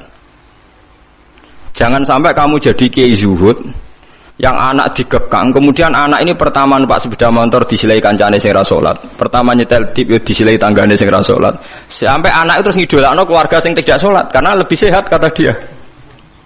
Sistem medekne bar magrib untuk TV haram, dolanan haram, anaknya trauma. Lah tua-tua anak nakal, mergo mulai cilik ra tau ngidolakno napa bapak. Nah ini di sini sirinya kenapa semua nabi itu melonggar anaknya. Kanjeng Nabi ini nak sholat niku ditumpai Hasan Husain. Nggih mendel mawon. Dijak sholat padahal dijak numpai Kanjeng Nabi nak pas sujud. Bahkan kabeh ulama rawi mengatakan ketika malaikat Jibril janjian ambek Nabi mboten saged masuk karena ning solowongan tempat sarene Nabi wonten jiruan. Jiruan ku kirek. Anak asu cara mriki lho. Kirek. Jiruan wae. Mergo Hasan Husain ku dolanan napa? Asu. Saiki mulane anak kula nu dolanan pitik, dolanan pedes mlebu kamar rata amuk, ijek enteng dhewe sik Hasan Husain itu dolanan asu. Tapi itu tadi berangkatnya adalah ngawal tauhid. Jangan sampai anak kita ini kecewa oleh kita. Padahal kita tahu dia sudah punya sesuatu yang spesial yaitu kalimat nopo tauhid. Lagu sing disebut wa ja'alaha kalimatam baqiyatan fi aqibihi la'allahum yarji'un. Kowe nak pancen nabi tenan ulama tenan, kalimat tauhid harus kamu jadikan kalimat yang abadi fi aqibih dalam turunan. Itu yang dilakukan Nabi Ibrahim. Makanya Nabi Ibrahim dikatakan bapak tauhid karena dia obsesinya satu. Pokoknya kalimat tauhid harus menjadi kalimat sing abadi fi aqibih ning turunane Ibrahim. Ngeri Nabi Ismail lu gak paham apa-apa blas tapi tidak bangun Ka'bah. Padahal dia tidak paham. Aris yang sekarang jadi hijir Ismail, kabeh ulama mulai Aris itu dhisik nggon nyancange wedhus Ismail. Ismail ora roh nek iku kota suci. Jadi sing sekarang hijir Ismail dhisik Aris, omah-omahan nggon wedhuse sinten? Ismail. Ibrahim ora ngloro itu ngi kota suci, menenge nek mergo saking moh ngecewakno napa. Tapi lagi-lagi saya itu sendirian, kula nu hormat be anak, tapi ya diloroi. Bahkan keluarga saya yang lebih tua di bangsa yang ngloroi. Anak kok mbok manja mari ngelama. Padahal saya itu tidak pernah manja anak. Pikiran saya itu sederhana, saya pasti mati. Setiap saat saya mati. Dan yang meneruskan tauhid itu pasti anak saya karena saya mati. Ya tapi ya itu memang gak populer. Bojoku pancen tak tanam no. Jogeman wani anakku alat kita omongin. Jadi memang kan gak lazim. Tapi saya tanamkan terus. Jogeman ke wani anak nopo kualat. Umumnya orang kan bilang anak jawani wong tua kualat. Ra iso cara anak iku rong mukallaf. Jadi gak bakal kualat, nak wadiku wong kena hukum. Artinya statusnya dia tidak punya dosa kan indah wah. Kue dosa misbek. Jadi cara kula wong tua wani anak sing kualat ora kok. Anak wani wong tua. Dan ini dah aliran sesat. Ini yang benar itu menurut saya. Karena anak belum mukallaf kan. Faham ya? Jadi kula suwon latihlah sekuat-kuatnya. La ilaha illallah itu kalimat yang spesial. Mulane kula nu ora seneng wong khawarij. Kok wong khawarij itu wong paling gak ngregani la ilaha illallah. Anggere ana wong dosa gedhe atau maksiat dianggap wis metu saka iman. Padahal iman itu tidak bisa dibatalkan. Iman itu tidak bisa napa dibatalkan. Karena kekuatan la ilaha illallah itu akan mengalahkan semua bentuk kesalahan pada akhirnya. Ya, kekuatan la ilaha illallah itu akan mengalahkan semua bentuk kesalahan pada akhirnya. Delok teng hadis-hadis sahih. Wong sing menjen rokok atusan tahun pasti akan dikeluarkan meskipun ning atine ana sithik sangka kalimat la ilaha illallah. Pertama miskola dzarrah, suwe-suwe nisfu napa? Dzarrah. Wong khawarit buento. Wong kok angger wong mukmin kok dosa gedhe, berarti imane ora ana gunane. Iku padha karo darani kalimat la ilaha illallah kalah mbek napa maksiat. Lha maksiat iku pira to kadare wong nganti ngalahno kalimat napa? La ilaha illallah. Dadi paham gitu. Lah iku termasuk niat. Jadi orang menservis anak demi mengawal kalimat tauhid niku ibadah. Lagi disebut Fathul Mu'in wa yusannu at-tausiatu alal ayyal. Wong disunatno nglonggar kenikmatan ning anak mumpung urung mukallaf. Sementing aja sampai kecewa be sistem keluarga, enggak suwe-suwe kecewa be sistem Islam yang Anda tanamkan. Jadi bocah anak wis seneng ngaji Quran, seneng ibadah, iku kudu mbok dukung. Nah, hasil cacilik dolanan iki idolanan, termasuk hebatnya Rasulullah. Bahkan Hasan Husain nate dolanan jeruat dibeto mlebu kamare Nabi. Nabi ki mboten ngloro iki meneng emang. Lah nek iku mbok praktekno kita takobal wa minna minka takobal ya karim. Ya, tapi itu nyata, ini tareh. Mergo sing terusno tauhid itu mesti anak. Mulane Nabi Yahya, Nabi Zakaria dongane napa fahab li milladunka waliya yarithuni wa yarithu min ali Yaqub. Waj'alhu rabbi radhiya. Iku ning anak. Kok anak iku iso maris. Wong ke santri iku napa le wong liya. Paling bedak khol kowe di-Fatihai. Mbek bedak sumpek santri meling golek kuburan. Iku ngenteni sumpek. Tapi nak anak mbok niat mate khai bapake mbok ora ngger anak mengamal soleh otomatis kintuk kiriman napa amal. Ora ana idza matabnu adam ing kota amaluhu ilam salasin sedaqatin jariyatan au ilmin yuntafa'u bi. Kowe angel kan sedaqatin jariyan butuh sugih. Ilmin yuntafa'u bi ke butuh ngalim ora kabeh kan. Awaladin sholihin jek enteng anak kan kowe mesti duwe. Malah akeh-akeh anak ora jelas. Nah, cara kula milih yang ketiga mau awaladin sholihin. Kan hanya butuh status soleh. Soleh ya kelas-kelasan. Soleh pertama yang penting lafadz la ilaha illallah Muhammadur Rasulullah. Kula ndak akan bosen ngomong ini sampai kula mati. Ngene wae, wong tuwa iku kudu hormat anak. Kula maca teng kitab Mizan Kubra ngeten. Wa min adabil anbiya takrimul aulad. Terus adabe para nabi ku mulyakno napa? Anak. Tapi ning Jawa gak populer. Lho kula cara pantes basa mbek anak kok. Anakku rasa basa lah, tapi kan darane sesat. Jadi adabe para nabi mulyakno anak, karena anak iki sok ben sing lebih panjang waktunya untuk membawa napa tauhid. Paham ya, mulane sampean delok teng ngene critane Quran iku nek ndelok hubungane nabi mbek anak kan luar biasa. Napa? Luar biasa. Masuk wa barrom biwalidati. Sebagian rebana wa atenaul hukma nawa sobiya. Mereka mulai cilik nak dididik mesti podo-podo kena hitop ya Yahya khudil kitab napa bikuwa wa atenaul hukma sobiya. Terus wa hananan min ladunna wa zakah wa kana taqiya. Hananan maknane sifat aris, sifat seneng. Hanan maknane seneng nyaman. Jadi hubungannya anak mbek wong tuwa kudu nyaman. Tapi nyamane ora krana nafsu, tapi sudah diikat kalimat nopo tauhid. Kan lucu kan, ini rungokno tenan iki. Kadang wong salah kaprah. Saiki sampean tak bedheki. Ruhin dipateni dosa perkarane apa? Ahli tauhid kan. Wong nek nglafadzno la ilaha illallah haram dipateni. Berarti ruhin haram dipateni mergo apa? Nglafadzno la ilaha illallah. Nah, sekarang lebih meningkat lagi. Al muslimu alal muslimi haramun damuhu wa maluhu wa irduh. Wong nek wis Islamu haram donyane mbok gasap, haram harga dirine mbok lecehno. Paham ya? Haramun damuhu wa maluhu wa irduh. Irduh harga dirine.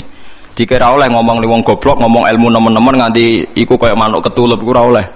Lane rata-rata ulama nek ketemu wong gayane gaya awam, perkarane nek kowe ngomong ilmu berlebihan padha karo gawe suasana ndekne kaya manuk ketulup haho. Mulane rata-rata ulama sing kali bertenan ketemu wong wis guyon. Napa kok kriting ngono. Mergo sekali ngomong ilmu sing kelas tinggi ketok goblok ya kan. Lha iku ora oleh gawe suasana wong liya ketok goblok kowe ketok napa? Pinter. Iku pelecehan napa? Pelecehan.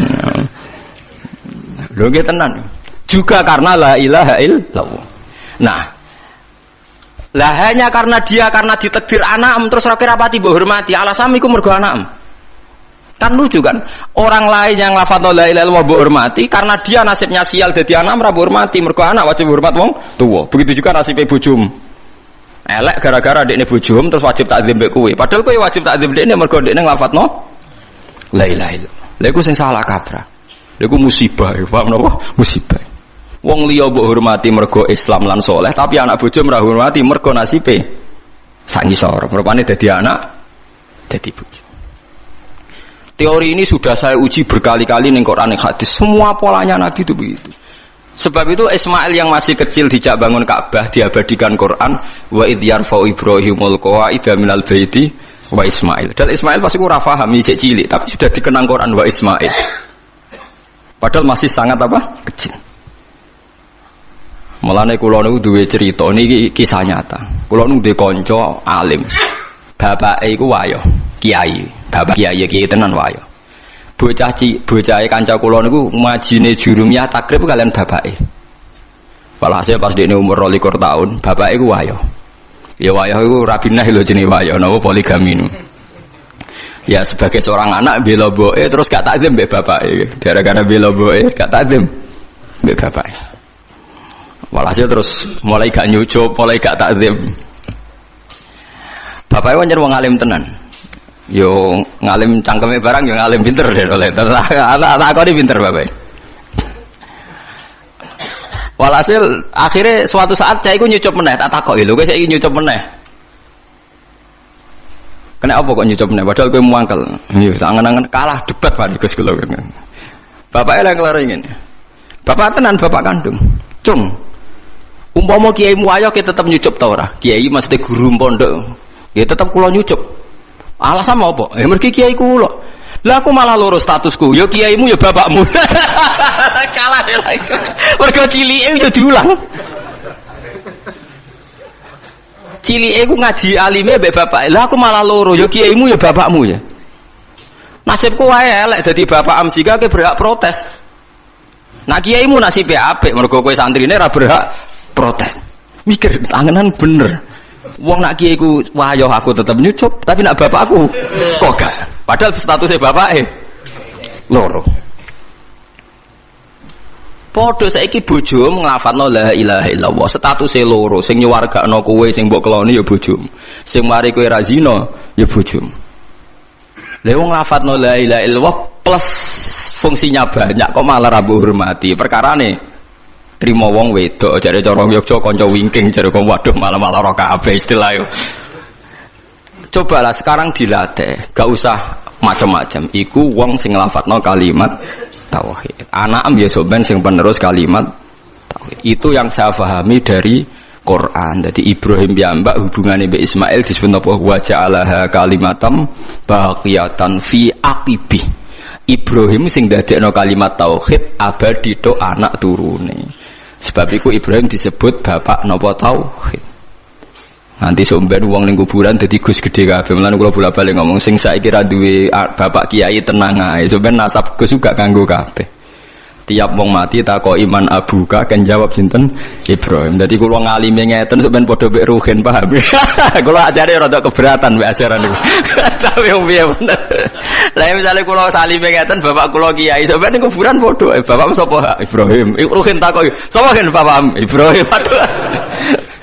Ya itu silsil karena Ibrahim yang paling punya obsesi mengabadikan tauhid tok dzurriyyah ila yaumil qiyamah. Ya saiki ora wong obsesi mbek anak iku ora perlu tauhid. Anakku tak rumah cah ben sampeyan ngrumat aku. Dadi kapitalistik. Kula mboten sombong, anak kula nu kelas SD kelas tunggal sing lanang. Biasa tak jak bakas mati. Nggih biasa mawon sing kelas 6 SD nggih biasa tak jak bakas mati. Nanti kalau bapak meninggal kamu tetap senang Quran ya, enggak usah senang dihormati orang. Sering tak jak lunga dhewean ngebis. Karena tak latih. Jangan sampai nanti senangnya Quran itu karena biasa dihormati orang. Nanti bahaya. Wong hormati kok dokseran, kadang seneng kadang ora. Tidak latih. Saya sendiri masih melatih diri saya sendiri. Jangan sampai saya hafal Quran seneng karena dihormati orang. Nanti kalau kecewa nanti saya mutung. Tak latih. Sering hidup sendiri, sering. Biar enggak kulino taklek, enggak kulino napa taklek. Sampeyan tak ceritani kenapa ilmu saya manfaat. Di antaranya gara-gara gawe kopi dhewe. Lho ki kula pengalaman. Saya itu kalau bikin kopi jam 4:30 itu bikin sendiri. Karena sederhana teorinya, sampean ben ro ilmune ulama ya. Allah kan dawuh fasabbih bihamdi rabbika qabla tulu'i syamsi wa qabla ghurubiha. Kamu baca tasbih sebelum matahari terbit. Sanggup ae 4:30 atau jam 5 lah. Gus tangi turu kepengin kopi. Entahlah nanti kalau saya sudah tua mungkin tidak kuat. Kalau masih kuat tuh tidak saya bikin sendiri kopi. Teori saya sederhana. Gusti kula nu nak gak badhe gawe kopi nu badhe seneng. Nak badhe seneng mengke kula eling jenengan. Jenengan maringi rezeki kula kopi terus melek terus seneng. Kopi nu radi kados wine, kados khamr, nate kan apa? Khamr. Dadi rondo mabuk pancen. Khoyal iki. Jare kanca kula, kenapa kowe seneng ngombe kopi? Walah Gus nglalekno utang. Mergo sejarah kopi, saya pernah baca sejarah. Kopi di Italia pertama itu jek darani wine of Arabic. Mergo wong pertama Itali ngombe khamr, bareng kenal pedagang Arab ngombene kopi, bareng diombe kok padha-padha nglalekno masalah. Mulane jek darani wine of Arabic. Mulane wong Itali nak darani kopi iku wene wong Arab. Pamane khamre wong napa? Arab. Mulane kena apa santri wong melarat seneng ngopi iku rodok khamr, Pak. Mergo padha-padha nglalekno napa? Masalah. Jadi ada orang Eropa itu pernah lama darani kopi ku waene wong napa? Arab, wong Islam. Kita dudono sejarah. Mulane nek ape ngopi sing eling pangeran mergo rodok napa nyabu, Pak, rodok napa? Nyabu. Nah, artinya sederhana. Niki mboten kula mboten ujub mboten, tak contohno sing kehidupan keseharian. Mergo khairukum li ahli wa ana khairukum li ahli. Wes ki ape seneng. Ape seneng gawe kopi nak kowe dhewe sing lakoni kan ndak banyak taklek. Taklek itu menggantungkan sesuatu pada orang lain jenenge napa taklek. Misale gugah bojo. Yo nak bojoku tangine mbek senyum, nak mbek merengut. Berarti untuk seneng kan ngenteni bojoku tangi, cekatan, mbek senyum, gawekno kopi sing takarane pas, ora kemanisan, ora kelegene sesuai seleraku. Takleke 5 hal. Padahal kemungkinane tangi merengut, batal sitok kan. Utawa pas ramah tapi gawene ora pas. Utawa ramah pas tapi engko sik tak ning jeding suwi. Jadi ya Allah, saya tidak akan mengorbankan kesenangan saya dengan taklek 5 hal. Bodoh sekali kalau saya seneng jenengan tak taklek 5 hal. Dan agak dhewe kan wis. Keliru ya keliru-kelirune dhewe. Sale gak pas-pasin apa dhewe. Dia bolak-balik kula pege kopi ra roh nggone sedok kok sedok ra roh nek diaduk. Nggih sering bisa kapok. Itu saya itu saking senengnya pangeran itu bahkan takut saya mengganggu istri saya. Bukan karena saya takut istri, takut senang saya sama Allah itu tak taklek. Betul loh, saya ngaji di sini itu karena aku senang pangeran. Umpama sing ngaji karek rugen ki sama, saya sama, senengnya bodoh. Karena bagi saya ngaji itu skore dihitung pangeran. Bahak ngaji istiqomah skor ya sudah. Gak urusan sing ngrungokno sapa setan, bu iblis, bu wong, bu malaikat terus ora roh. Begitu juga saya kenapa sering pergi sendiri ya gitu. Lu ngombe wong nak ganggu wong dolim. Nak wonge ra pas sikape kok aku taklek. Seneng pangeran kok kakean taklek. Dhewean wis gak usah taklek. Jadi kenapa wali-wali Tuhan tuh seneng sendiri itu barokahnya dia enggak mau taklek. Dia enggak mau senenge mbek Allah ditaklek, digantungkan. Padahal syarat saya jadi wali kudu seneng. Jadi ciri utama wali la khaufun alaihim wa lahum yahzanun. Gak dirasa wedi, gak dirasa susah. Qul bi fadlillah bi rahmati fa bidzalika falyafrahu. Lah seneng tuh tentu kan butuh sekian perangkat karena kita kadang bersentuhan sama pihak lain. Itu tadi jika Anda seneng ngopi dek bergantung, gugah bojo, kemungkinannya kan 5 hal tadi. Tangi merengut. Lah lucunya kemungkinan pertama itu paling sering. Nah, itu kan bertaruh sekali kan. Pemenang kue rapati kelar nafkah dek gugah bar. Wah malah perkara. Wah potensi keburukannya kan lebih banyak kan. Lah wong kok berjudi, paham nggih? Wong kok apa? Berjudi. Gawe dhewe kan beres. Gawe dhewe ngombe kopi, ngefly sithik-sithik wis damai napa? Damai. Jadi wong nak seneng pangeran tenan, bahkan perangkatnya disiapkan sampai begitu. Lho kula nate diloro ibu kula, kowe mbek anak aja nganti ngono. Mari sampeyan anak ngene-ngene. Ya kula nggih tetep mawon ngeten. Bukan saya muji anak saya mesti saleh mboten. Saya tahunya anak saya ini sudah sujud, sudah melafatkan kalimat thayyibah. Bagi saya ini spesial. Coba orang kafir puluhan tahun nganti Allah ngutus nabi. Tak warai nggih carane sampean syukur. Saiki Abu Jahal ku kafir puluhan tahun, Abu Lahab kafir puluhan tahun. Nganti Allah ngutus Rasulullah Muhammad ngelibatkan Jibril mau demi nglafatno tauhid. Artinya kekafiran ini mau dihilangkan sampai ngelibatno Muhammad, Jibril, Mikail dan beberapa malaikat. Mau nggo ngilangno kekafiran ben do nglafatno la ilaha illallah. Tapi sekarang kalimat ini sudah jadi rutinitas. Saiki anak nglafatno la ilaha illallah biasa. Sing ra biasa ku nak nyucup kuwe di depan umum terus takzim dikongkon nurut. Lah budak rak yo nurut. Manuk beyo mbok ulang gak yo napa nurut. Asu nak mbok ulang gak utekem lho lemel. Nek sekedar nurut asu mbok ateh yo nurut. Mbok sekali-kali obsesi kamu itu kalimat napa? Tauhid. Lah nek wis ngono iku disebut wa ja'alaha kalimatam baqiyatan fi aqibih. Sifate Ibrahim wong sing gawe kalimat tauhid diabadekno ditanamno ning anak-anake. Iku sirine kena apa aku hormat be anak. Tapi alhamdulillah bojo kula sakniki tak bombardir bendina tak omongi mulai mikir. Saya nak penyentak anak wedi. Wah ngono aku alat dire. Wah iki rene kok apa. Dadi syukur kula. Wedi be anak kula sing. Kula sing mulai dukung 1 2 ya mulai wonten guru-guru SD. Jogeman ngamuk anak kualat cara Gus Bas. Mbok niat ngenyek, mbok niat dukung ra roh tapi tapi mulai saat tanamkan paham sithik-sithik nak wani anak ki napa kualat. Ben darani aliran sesat Allah. Mbok wong mulai mikir, anak mbek kowe hubungane apa coba? Misale mbok arane anak am iku kowe mau urun kelon kok ngaku iku anak. Gak terima ngeloni bojo untuk nikmat terus iku dadi anak. Kok iso anak malasane opo? Tetep iku kersane Allah, tetep iku asete pangeran. Mulane Nabi sinten Sayyidah Maryam kenapa jadi wali? Sayyidah Maryam jadi wali itu karena obsesinya satu. Inni nazartu laka ma fi batni muharraran fataqabbal minni innaka antas samiul alim. Jadi Nabi Zakaria napa jenenge Imron ya Maryam niku Imron ifqalat imraatu Imron rabbi inni nazartu laka ma fi batni muharraran. Ibuke Maryam dadi wali wedok iku gara-gara Gusti sing teng weteng kula ni saya nazarkan khusus untuk mengkhidmati agama engkau. Inni nazartu laka ma fi batni muharraran. Tentu bayangan dia karena jadi kiai itu harus lelaki dan harus soleh. Tapi barokah itu malah dia anak Maryam. Bareng dia anak Maryam rodok kecewa. Nah, itu kan masyhur kan. Inni nazartu laka ma fi batni muharraran fataqabbal minni innaka antas samiul alim. Falamma wada'atha qalat rabbi inni wada'tuha untha.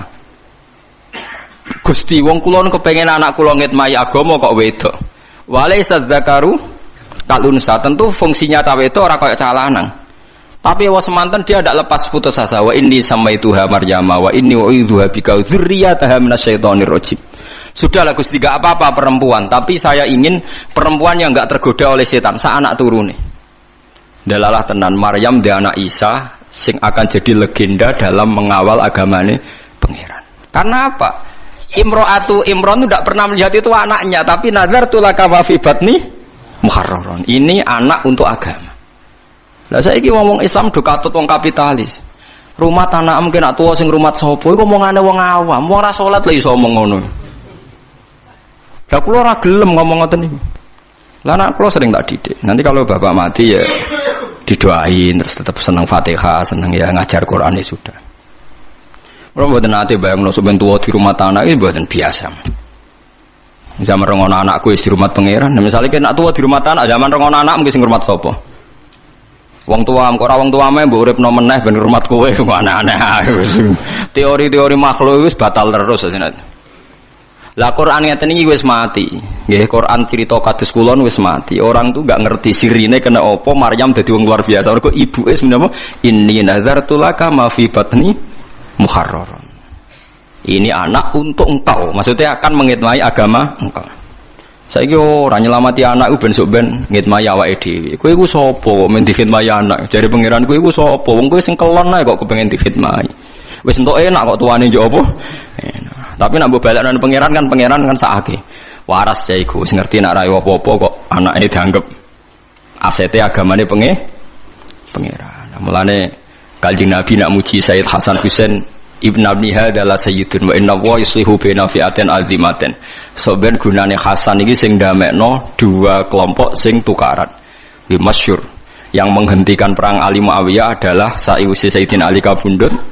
Pemimpin diambil alih Hasan. Hasan ikhlas dikekno sinten Muawiyah. Setimbang tukaran terus pepean. Akhirnya jadi dinasti Umayyah. Mergo Sayyid Hasan enggak meneruskan warisan saking sinten Sayyidina. Dadi eling-eling ya mulai badhe ngaji niki aja main-main kalian sinten anak mari kualat paham nggih mari napa. Ya itu tadi kalau orang lain Anda hormati karena kalimat tauhid, doa kalimat itu kan ada pada anak Anda kan? Cuma siale anak mergo anak mbok amu-amuan kan? Jika Anda hormat orang lain coba karena apa? Karena dia muslim. Apa Anda bisa hormat sama orang kafir kan enggak kan? Lama anak Anda muslim kan berarti statusnya loro anak plus Islam. Berarti kan disebab loro kan? Ya bener bapaknya kancam. Umpama kiaimu wayah mbok hormati to ora nggih Pak. Lah aku malah loro, ya kiai ya bapakmu. Akhirnya bariku hormatin, tak angen-angen bener Gus. Statusnya bapak itu loro Gus, kiai mbek apa? Bapak. Karena wayah mangkel deh. Padahal nak kiai ini wayah dia gak berhak mangkel. Ya kudune kan padha wae. Ora iso wong, itu kan secara psikologi piye hukum ana psikologi. Hukum nggih napa? Hukum. Paham ya terus kula suwun sampean iktibar mbek Nabi Ibrahim, Nabi Ismail niku sing dibakar mesti tauhid. Contoh ketiga ben sampean yakin bahwa teori saya itu benar. Ketika Nabi Yakub kapundhut, am kuntum syuhada id hadar Yaqubal maut. Ketika Yakub kapundhut napa? Itsqala li banihi ma ta'buduna mim ba'di. Ketika Yakub badhe kapundhut anak-anake diundang, "Cung kowe bar iki nyembah sapa?" Qalu na'budu ilahaka wa ilaha abaika Ibrahim wa Ismail wa Ishaq ilaha wahida. Kula nggih nyembah kados sesembahane leluhur-leluhur kula. Artinya apa? Hubungan mereka taunya leluhur saya itu pengidola Allah, leluhur saya itu kalimat tauhid. Ya sudah perilaku kita ya kan seperti leluhur saya. Dadi ora ana pikiran mereka iki warisan iki aset, bapakku dagang apa dadi pedagang. Lah nek rugen bapakku melarat tak terusno. Mergo niru bapak nak mbok terus-terusan ngono bapakmu goblok ya karek. Lho coba kalau alasane terusno wong-wong sering, lan terusno perjuangane bapak kan apa ya terusno bapake melarat terusno melarat. Bapake bodoh terusno bodoh. Lah nek sing bapake tau ning LP ya terusno. Aneh-aneh wae. Orang-orang gak ono sing bener teori ini wis gak Qur'ani blas. Terus Nabi Yusuf nggih sami. Nabi Yusuf ketika meromosekno hubungan dengan orang tuanya gimana? Ning gone kanca-kancane ning penjara. Wattaba'tu millata abai Ibrahim. Niku wattaba'tu millata napa? Abai. Ketika Nabi Ismail ditanya teman-teman penjara, "Kamu itu siapa?" "Saya pengikut agamane nenek moyangku, leluhurku iku abai mulai Ibrahim." Saat terusnya disebut. Jadi artinya apa? Kenangannya seorang Yusuf ya bapaknya bertauhid, paham ya? Paham ya? Kenangannya Ismail ya bapaknya tauhid. Ibrahim melihat anaknya karena ini kader tauhid. Lah saiki wong delok anak iku macam-macam. Pemene sing duwe kerajaan, duwe aset-aset bisnis. Mulane kula niku alhamdulillah mulai riyen. Dan ini saya tidak merasa paling benar enggak, karena saya tahu ini ya dari bapak saya. Dulu bapak sama saya itu hormat sekali. Anaknya bapak paling dihormati bapak itu saya, karena saya mulai cilik bapak yakin aku paling alim. Mane pangen kula ngalim ora pati ana sing gawok. Kula riyen pertama lahir mbah kula ngendikan sampean putuku sing alim mbah. Pas kula SD nggih ngoten. Kakak-kakak saya itu SMP semua kecuali saya, karena mbah saya dulu ngendikan, bapaknya bapak itu ngendikan sampean mbah ora usah sekolah. Sampean sing alim mbah. Ya itu agak merugikan saya sebetulnya. Karena ketika aku alim jadi ngomong wis bae ramalane Mbah Bae jadi waduh akhirnya kan enggak dianggap spesial itu karena sesuai ramalan para nopo leluhur gitu. Wah. Ya rada ngrugekno asline tapi itu ya tapi akhirnya itu tadi. Saya memang enggak tahu rasane disentak bapak dimarahi enggak pernah. Akhirnya saya tiru. Ternyata ketika bapak sepuh ngendikan iku, aku iku mesti mati. Sing nerangno seneng Quran iku kowe. Ana proyek Quran sing rong tak lakoni, misale nerangno tafsir maknane Quran. Aku yakin sampeyan sing iso iku kowe. Begitu juga saya mungkin nanti di anak saya, ono proyek terus sesuatu yang mungkin saya tidak bisa, yang bisa anak saya. Ya entah apa nanti bentuknya terserah pangeran. Ora perlu aku sing marahi pangeran ya, berarti terserah pangeran. Malah repot nih, malah repot. Tapi kula suwun lewat ngaji niki ojo geman hubungan anak bapak liyane urusan tauhid. Mun jenengan itu anak ben selamat dunia akhirat latih wattabi millata Ibrahim hanifa. So wattaba millata Ibrahim hanifa. Wis jelas kita iku untuk syariat anit tabi millata Ibrahim hanifa. Lah milai Ibrahim ku nganggep anak iku aset napa tauhid. Disebut napa wa ja'alaha kalimatam baqiyatan fi aqibi. Jadi kalau nak manani wa ja'ala lan gawe sapa Ibrahim ha ing kalimat tauhid digawe kalimatan ing kalimat baqiyatan ingkang abadi fi aqibihi ing dalam anak turune Ibrahim. Lah untungnya Allah nganggep anak turune Ibrahim mboten genetik. Genetik dan tidak genetik ku apikane pangeran. Mulane ki sing ra gus-gus ra usah susah somben tetep bapake sinten Ibrahim. Iku berita gembira tenan kanggo wong sing ora anake napa kiai. Karman yo bapak Ibrahim, Karmen nggih napa Ibrahim Kiai Haji alim alamah nggih somben Ibrahim. Mulane cara kula dadi Imam Ghazali yo rugi. Wis alime ngono, pertama pengumuman wong alim ngalamah mlebu swarga, Imam Ghazali mlebu. Sultanul Aulia Ashabul Qadir mlebu swarga mlebu. Pengumuman kedua yang menyakitkan dan penggemarnya juga mlebu. Tadi orang melok ngalim, tapi memang keputusannya pangeran, para penggemar ini di barengno sing di gemari. Ya wes, ya gelem ra gelem kudu nampa. Mulane cara kula mbek Ruhin pinter Ruhin dene ra kangelan ngapalo Bukhari, ngapalo Muslim. Tapi nanti swargane padha. Mergo pengumuman pertama itu para ulama mlebu swarga. Bariku para napa? Penggemar. Dadi kula sampeyan yo gledek, lho, kowe. Ya sajane rada musibah kan asline kan. Ya tapi iku aturane pangeran ya samikna napa? Ya piye. Mulane Kanjeng Nabi wong tope ngono bareng wong Arab ditakok, "Ya Rasulullah," jadi kan ini kisah nyata. Kanjeng Nabi pas khutbah, sebab itu hadis ini mutawatir. Dasar menguntungkan sing apal akeh wae, dasar menguntungkan sing apal napa? Jadi Nabi itu pas khutbah, Nabi itu sering cerita kiamat. Dasar orang Bedui. Ya Rasulullah, kok bekas-bekas kiamat? Kiamat piyambak niku kapan? Jadi kurang cangkem elek ngono tadi. Nabi a'radu anhu, ndak jawab. Ketika a'radu itu ada sahabat yang menganalisis. Lam yasma. Beliau tidak dengar, sebab itu membiarkan. Sing sahabat liyane sami'a wa kariha. Ya beliau dengar tapi tidak berkenan karena pas khutbah. Dasar orang Bedui dibaleni meneh. Ya Rasulullah, mata sa'ah. Kiamat itu kapan? Akhirnya sampai 3 kali Nabi akhirnya tangklet. Aina sa'il. Yang tanya siapa tadi? Ha ana ya Rasulullah, saya aja. Bedui. Terus Nabi ora goblok takok. Ma'adattalah. Lalu kamu takok kiamat itu persiapannya mau apa ya? Orang dijawab kapan tapi persiapan mau apa? Fa wa ma'adattalah kabira sholatin wala sedaqatin walakini uhibbuka. Kula persiapan kiamat ndak banyak ya Rasulullah. Salat nggih rapati akeh, poso rapati akeh, kula seneng jenengan. Nabi ngendikan anta ma'aman ahbabta ya. Kowe padha karo sing kowe awor wong sing mbok seneng. Iku sahabat sak masjid sing mangkel kabeh akhire paling disenengi wong iku. Gara-gara kata sahabat kita ini tidak pernah dengar hadis Nabi segembira hadis ini. Karena kita tidak mungkin menyaingi amalnya Nabi. Tapi nanti dijamin bersama Nabi. Wes hadis didukung Quran. Itu disebut faulaika ma'al ladzina an'ama Allahu 'alaihim minan nabiyyin was-siddiqin wasyuhada'i was-sholihin wa hasuna ulaika rafiqa. Tapi ya mergo dzalikal fadlu minallah iku murni rahmate pangeran. Nek nuruti ngamal gak tok, paham ya? Nuruti ngamal mboten apa tok. Dan ini penting. Karena tadi semuanya ini diikat kalimat tauhid. Kowe seneng Nabi mergo barokah kalimat tauhid. Dan hubungan kita mbek Nabi lancar sepanjang tauhid ini masih ada. Mulane ketika Nabi syafaat saya bagi siapa saja yang melafadzkan la ilaha illallah. Ujung-ujungnya juga karena kalimat. Nah, kalimat ini sudah dilafadzkan oleh istri kita, oleh anak kita, oleh cucu kita. Tapi gara-gara mereka di bawah kita, mereka tidak spesial. Kon nggih kopi ora gelem ngamuk. Anak diundang ra moro ngamuk. Ini kan kurang ajar sekali. Bagaimana kalimat yang begitu spesial dia punya, gara-gara nyepelekno barang yang memang sepele kowe ngamuk dekne. Padahal dekne tetep de hal yang nopo spesial. Rupane kalimat nopo tauhid. Itu gale ana wong nggawa emas akeh, kalunge emas, gelange emas, barang mecahno gelas murah mbok amu. Wong goblok. Angger sing pecah gak masih ra wis. Mestinya Anda melihat anak itu gitu, angger sing pecah gak tauhid ra ya wis. Pemene di rumah mecahno gelas keben.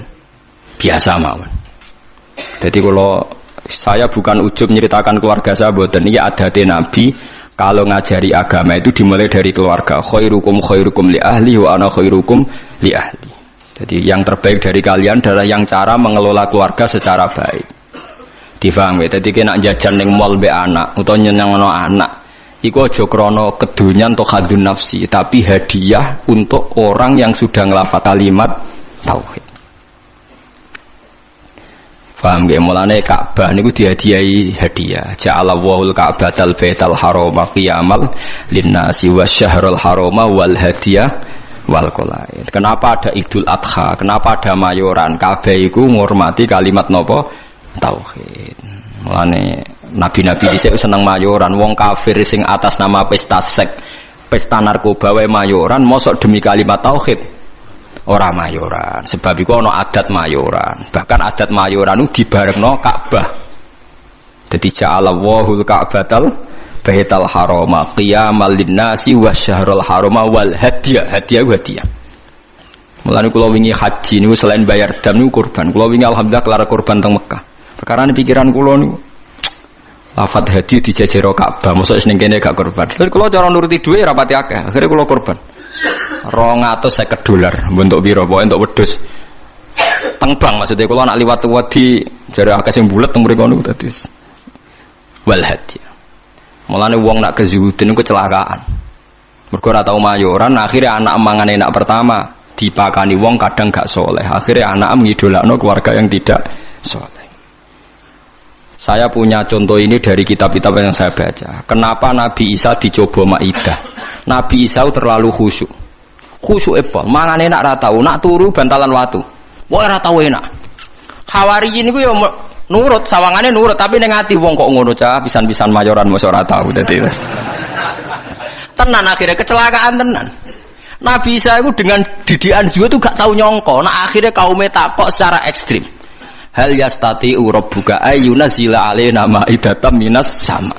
Wong kok khusyuke ngono, mbok sekali-kali mayoran sing kok langit langsung kuwaget Nabi Isa. Waduh. Mergo wong ya buta mayoran. Kaget akhirnya ngamuk qalat taqwa in kuntum mukminin. Kowe aja takok ngono, mayu pangeran kok mbok takoki mampu ta ora gawe mayoran. Iki gara-gara kesuwen ra ono mayoran akhirnya malah takoki. Maidah artinya napa? Mayoran, idang. Akhirnya kaum Hawariyin jawab, qalat taqwa in kuntum mu'minin qalu nuridu an na'kula minha wa tatma'inna qulubuna. Mulane Kanjeng Nabi niku sering mayoran. Maksude niku ben ngurmati kalimat tauhid. Muga aja sampe wong saleh ngidolakno wong zalim sering enak-enak, sing wong saleh ora tau enak-enak. Lah wong Jawa salah kaprah mayoran dibarengno resepsi, ngenteni ono resepsi, ngenteni khitanan. Lah akhire keribetan. Mayoran ae biasa, ora usah ngenteni khitanan. Misale gede dhuwit tuku wedhus sebelah wis mangan. Ora usah ngenteni khitanan, ora usah ngenteni napa? Resepsi. Keribetan napa? Lha ora kuat loro-lorone ora apa-apa. Kados Nabi Ibrahim kan ngoten nggih, wonten tamu malaikat langsung disebut di Qur'ane, faja'a bi ajlin hanid. Langsung di sebelahna napa pedhet. Iku mayoran ta ora? Mayoran. Dadi aja sampe dak bus solihin watake wong saleh iku kalah enak ambek watake wong dolim. Kok wong saleh di kecenderungan seneng wong napa? Dolim. Ya aja terus nak terus mari ati mati. Selain ra kuat maksudnya karuan ra kuat tuh karuan sebab ora karuan. Mau sampean roh ben roh bahwa semua ini demi kalimat napa? Tauhid. Mulane mayoran dibakas jejer Ka'bah. Niku ja'alallahul Ka'batal Baital Harama qiyamal linnasi wasyahrul harama wal hadiyah wal qalaid. Terus dalika li ta'lamu annahu ya'lamu ma fis samawati wa ma fil ard. Mayorane wong Islam ndak ape-apa oleh paling ben roh nak kabeh nikmat iki minau wa. Ya kok kembaline ilau wa. Misale kowe mangan, wong Islam nak mangan ndak ape-apa ben kuat ibadah. Ndak apa-apa. Artinya kalau tauhid wis bener kok mangane ya ben kuat ibadah. Engko misale anak mbok jajakno seneng ben seneng ngaji. Ndak apa-apa. Wong saleh orientasine ndak apa-apa. Misale anak mbok jajakno seneng, engko ben seneng ngaji. Lha iku jenenge walakin jihadun wa niyatun. Ujung-ujunge niatem iki sing mengawal prilakune dadi mbok jajakno enak tapi niate ben seneng ngaji. Dadi kula suwun mulai sakniki bojomu servis ben seneng ngaji. Lah wis kliwat yo, cara watakam kan wis. Nak bojo kula dereng kliwat, mulai pertama rabi tak ngandani. Piye wae aku sok ben ndek anak, kowe langsung nomor 7, wis ra iso ditawar. Piye wae ke anake wong iku anakku, wis ra iso mbok tawar. Tak tanam tenan. Endi ana cerita Nabi bakas bojo ra ono. Siti Hajar ngewangi bangun Ka'bah disebut Quran disebut Ismail tok tak bombardir wis pokoke bendene ora anak. Mandi nganti sakniki gak pede ngadepi anak wis. Angger lapor anake nakal dekne kecewa semenenge mesti dibela bapake dekne ainul yakin hakul yakin. Ainul yakin hakul yakin. Dan yo ora tahu pancen pokoke nek konflik be anak aku yo ora salah benere pokoke mesti bela anak saya. Ya mungkin saya terlalu tapi itu daripada aku ora konsisten.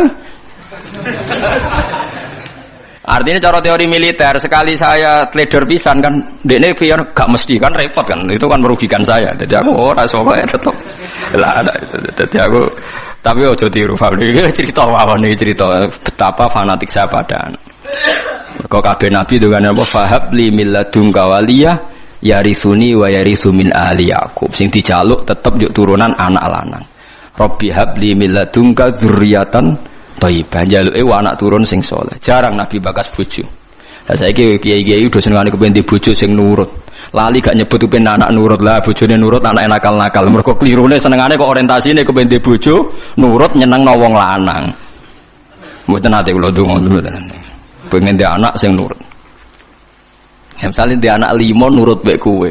Sak omah 6 bojo sitok minoritas wedi ya nurut.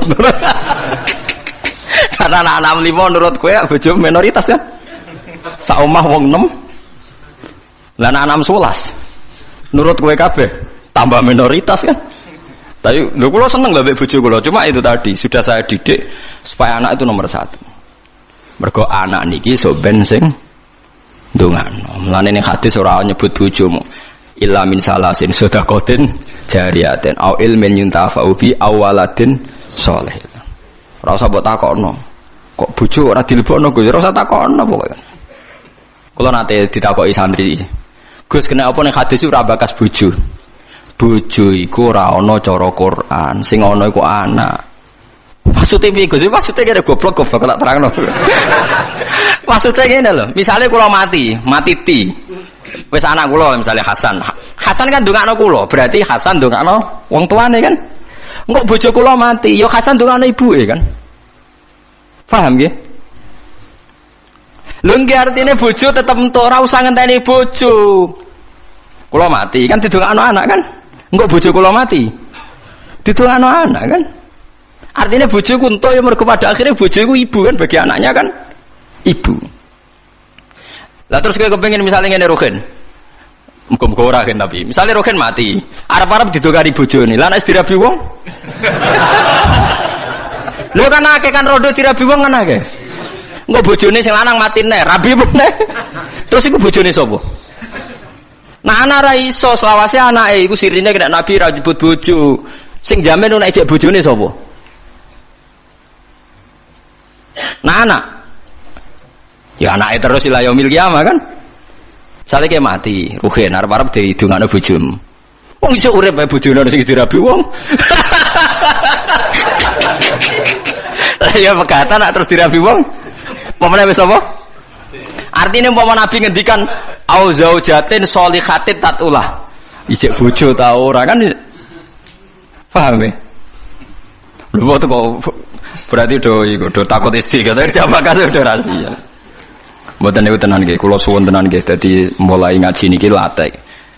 Anak kita ini sudah punya kalimat napa spesial, rupane kalimat napa tauhid. Yang kalimat ini direwangi Allah ngutus Jibril, ngutus Kanjeng Nabi Muhammad, ngutus Mikail untuk kalimat tauhid.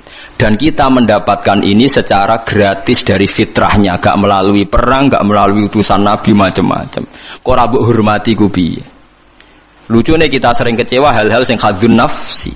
Misalnya anak bukan mijeti ra gelem terus kecewa. Wah, anak ra nurut wong tuwa. Oh, dungasara anak nakal ngene-ngene. Iso ae cara pangeran, oh wong tuwa goblok, barang ra penting sih dianggap penting. Lah pangeran ngendikane ngono piye? Aku yakin pangeran ning aras ngendikane ngono. Oh, dasar orang tua bento, barang ra penting sih dianggap penting. Ayo nak pangeran takokane ngono piye? Dan mungkin kan? Karena Allah ngekek hak cacilik dolanan karwar rufi al-qalamu an salasin. Wong telu ora kena dihisab. Cacilik nganti balik ayo jelas dijamin hukumnya pangeran. Ora kena disalahno. Pangeran sing pangerane ra iso nyalahno perkarane dijamin. Cacilik ra salat pangeran nyalahno ta ora? Mboten kan? Cacilik udo pangeran nyalahno ta ora?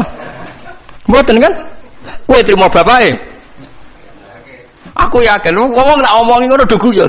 Aku yakin pangeran ning aras ngendikane kowe wong tua goblok. Barang ra penting jadi dianggap apa? Penting. Wong sore Gus ra gelem wadus bocah kok kok. Cara pangeran ora penting.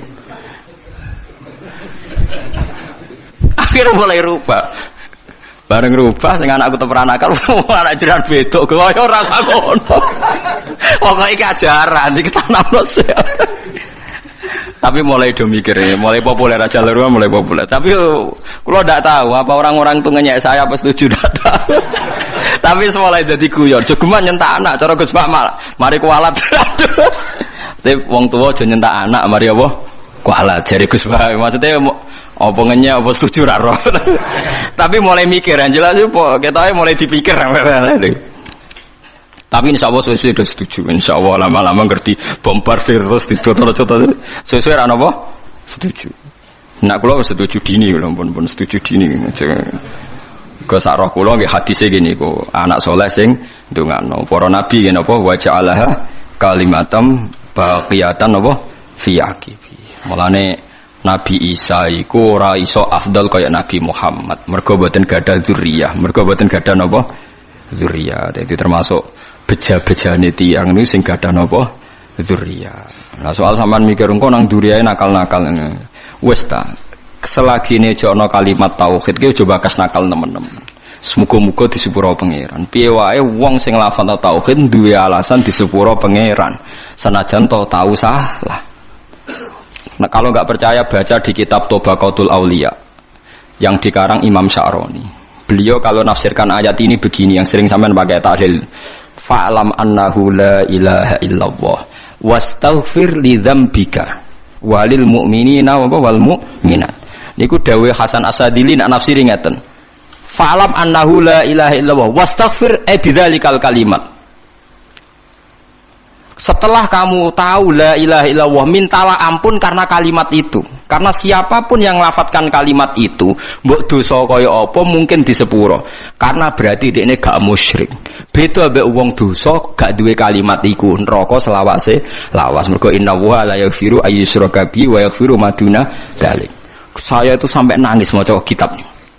Jadi kalau pahalanya nggih oleh Hasan Sane. Fa'lam annahu la ilaha illallah wastaghfir li dzambika bitil kal kalimah.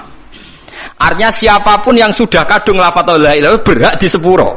Buktine apa sing ra nglafadzno iku ora iso disepuro kan karena dianggap syirik. Artinya kalimat iku wis dijaya wis napa? Dijaya. Artinya anak-anak selagine di tauhid kok salah-salah lah mungkin disepuro mergo barokah kalimat tauhid. Mergo sing ra iso disepuro sing duwe dosa syirik. Artinya sing lafal la ilaha illallah ora napa syirik. Mulane dari Hasan Sadali wastaghfir li dzambika bitil kal kalimat. Paham ya bitil kal apa? Kalimat. Karena tanpa kalimat itu dosa kita tidak bisa napa diampuni. Karena kita berarti di dosa napa syirik. Artinya kena bayang anak putumu sampai nakal-nakal kaya bapake kaya bae misalnya kan berarti lah jong pokoke kowe tak titipi kalimat napa tauhid. Lah liwat titipan kalimat iku wis iso disepuro. Lane fata amal dari jari Hasan Sadali maka harus kamu angen-angen ayat ini karena sak paket kan fa'lam annahu la ilaha illallah wastaghfir li dzambik bitil kal kalimat. Mulane urutan tahlil hak jenis bener. Sebutnya urutan tahlil biasanya ngawiti dalil fa'lam annahu la ilaha illallah. Mboten sing golek di sepuro bareng no. Niku sing pokoknya intinya niku biniyati taqarrub. Mari tahlil beda-beda. Kula nu tahlil Pasuruan yo ora paham. Tahlil Yogya ora paham, ning Rempeng ora paham. Tiap kiai kok tahlile beda-beda, pembedarane alim mbok piye yo ora roh. Lah kaya la ilaha illallah kalimatu haqqin 'alaiha nahya wa 'alaiha namut. Nak teng daerah kula wabiha. Nak teng mriki wa 'alaiha. Nak teng Pati wabiha. Teng Rembang wabiha.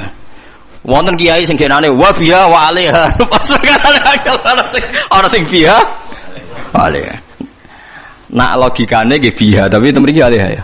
Sebagai kalimatu haqqin 'alaiha nahya wa 'alaiha namut wa 'alaiha nupas. Nah teng mriki wonten sing wabiha nupas.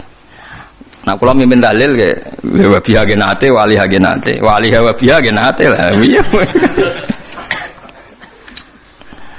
Jangan seneng tak mimpin dalil ora krana kula napa-napa, seneng cepete. Mun nggih mboten usah maca kata-kata penting ikhlas warga mun mantep bae kula. Mun maca ping 7 mawon itu bar wah cocok Gus cepet. Wah, semua wong awam repot. Dilatih cepet, seneng cepet. Engko akhire ra eling pangeran. Dilatih suwi gremeng ya akhire ra eling pangeran. Angel atau wong awam wis kadung angel. Lah iya nak dilatih suwi kok gremeng, akhire gremengi kalimat tauhid yo elek. Dilatih cepet ora seneng kalimat tauhid, seneng cepete. Lah yo elek meneh kan. Oh, dasar wong iso bener. Wes.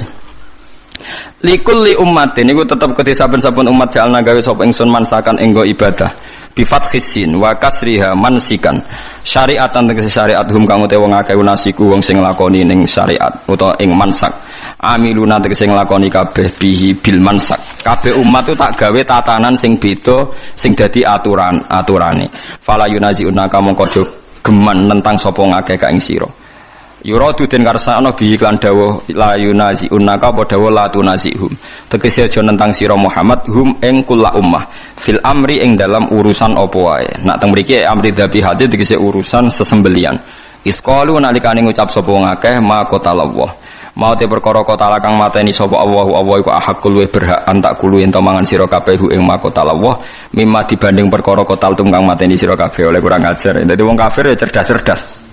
Mat, nak wedhus mati sing mateni sapa mat? Allah.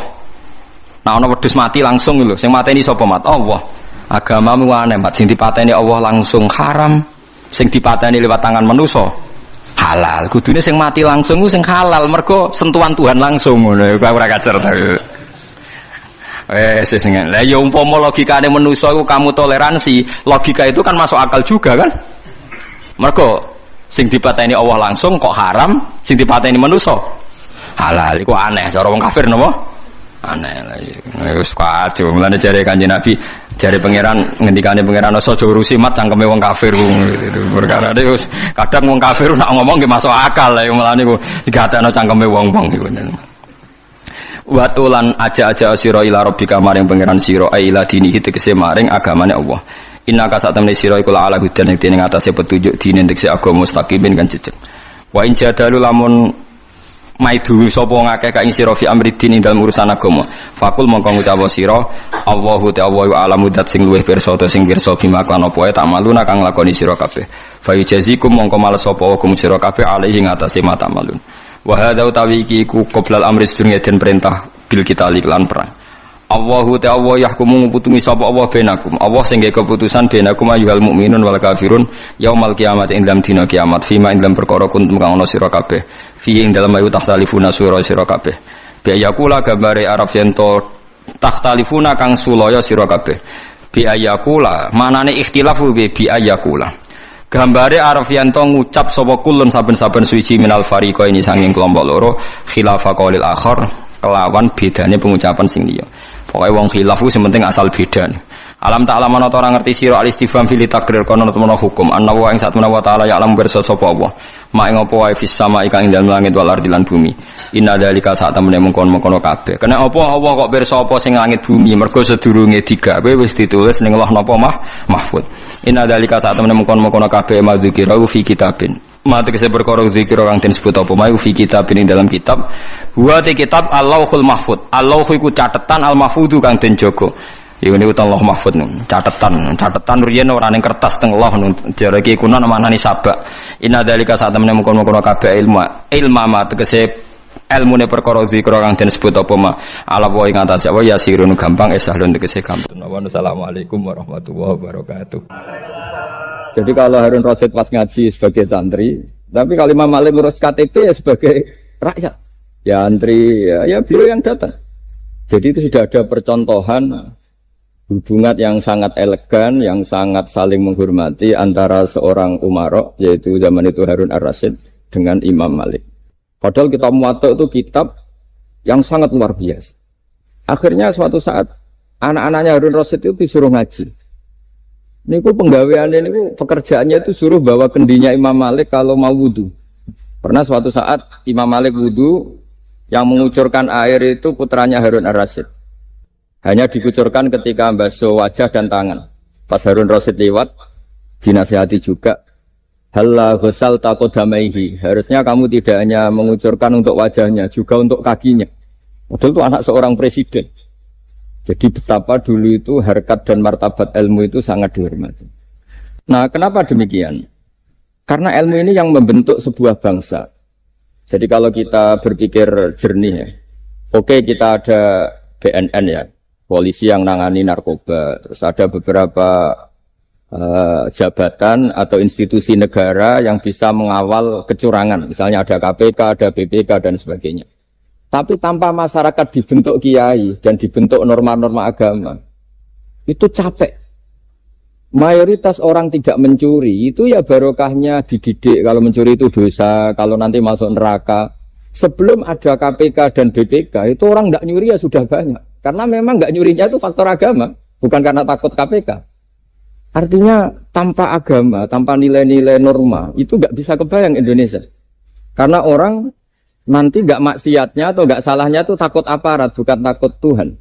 Makanya kalau guyonan anekdot khas itu, ada orang melanggar rambu-rambu, ketangkep polisi.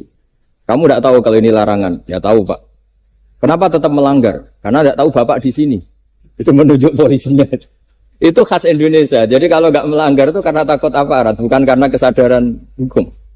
Tapi kalau urusan rambu-rambu itu seperti itu. Tapi kalau urusan orang nggak zina, nggak maling, nggak korupsi, itu hampir mayoritas orang Indonesia itu karena takut azab Allah atau takut dosa.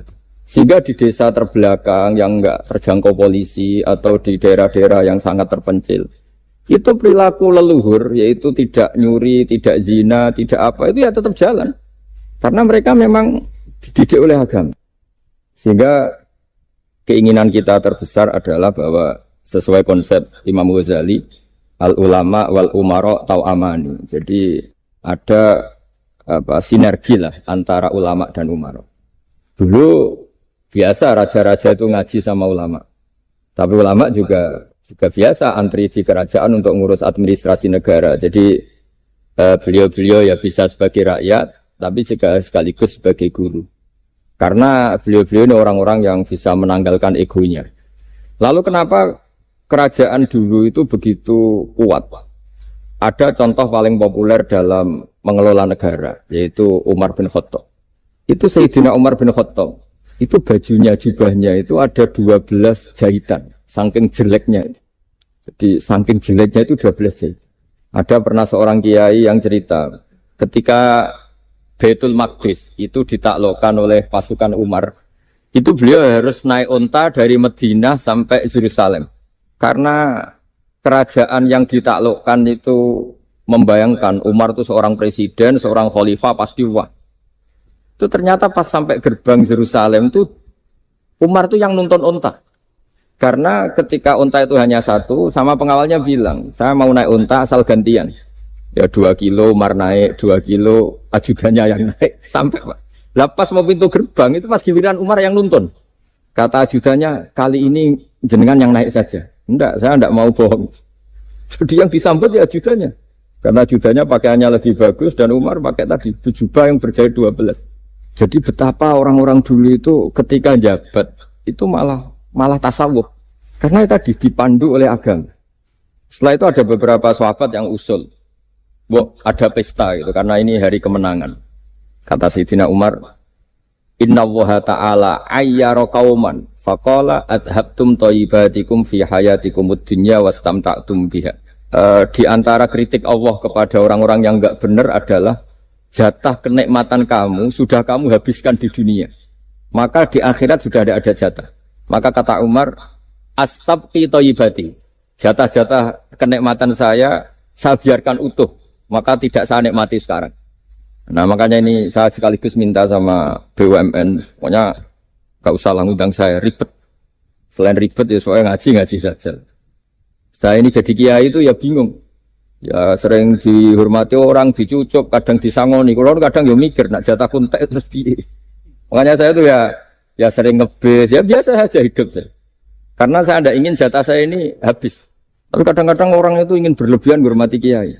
Saya berkali-kali bilang, ketika ada orang menghormati saya itu yang repot saya. Yang menghormati benar karena menghormati kiai. Tapi kiainya yang masalah kan.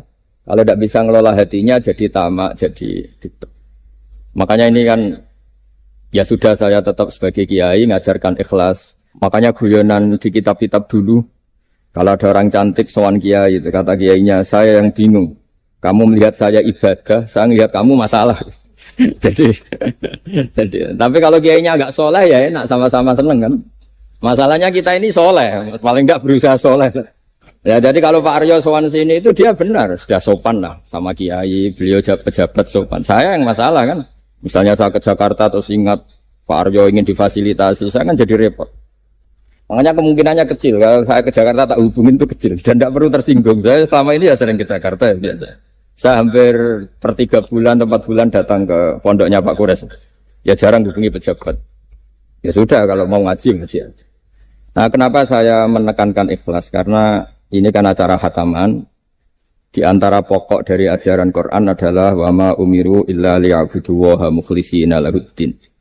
Jadi kalau sudah berani beragama ya kita harus ikhlas. Dan saya berkali-kali bilang ikhlas itu mudah.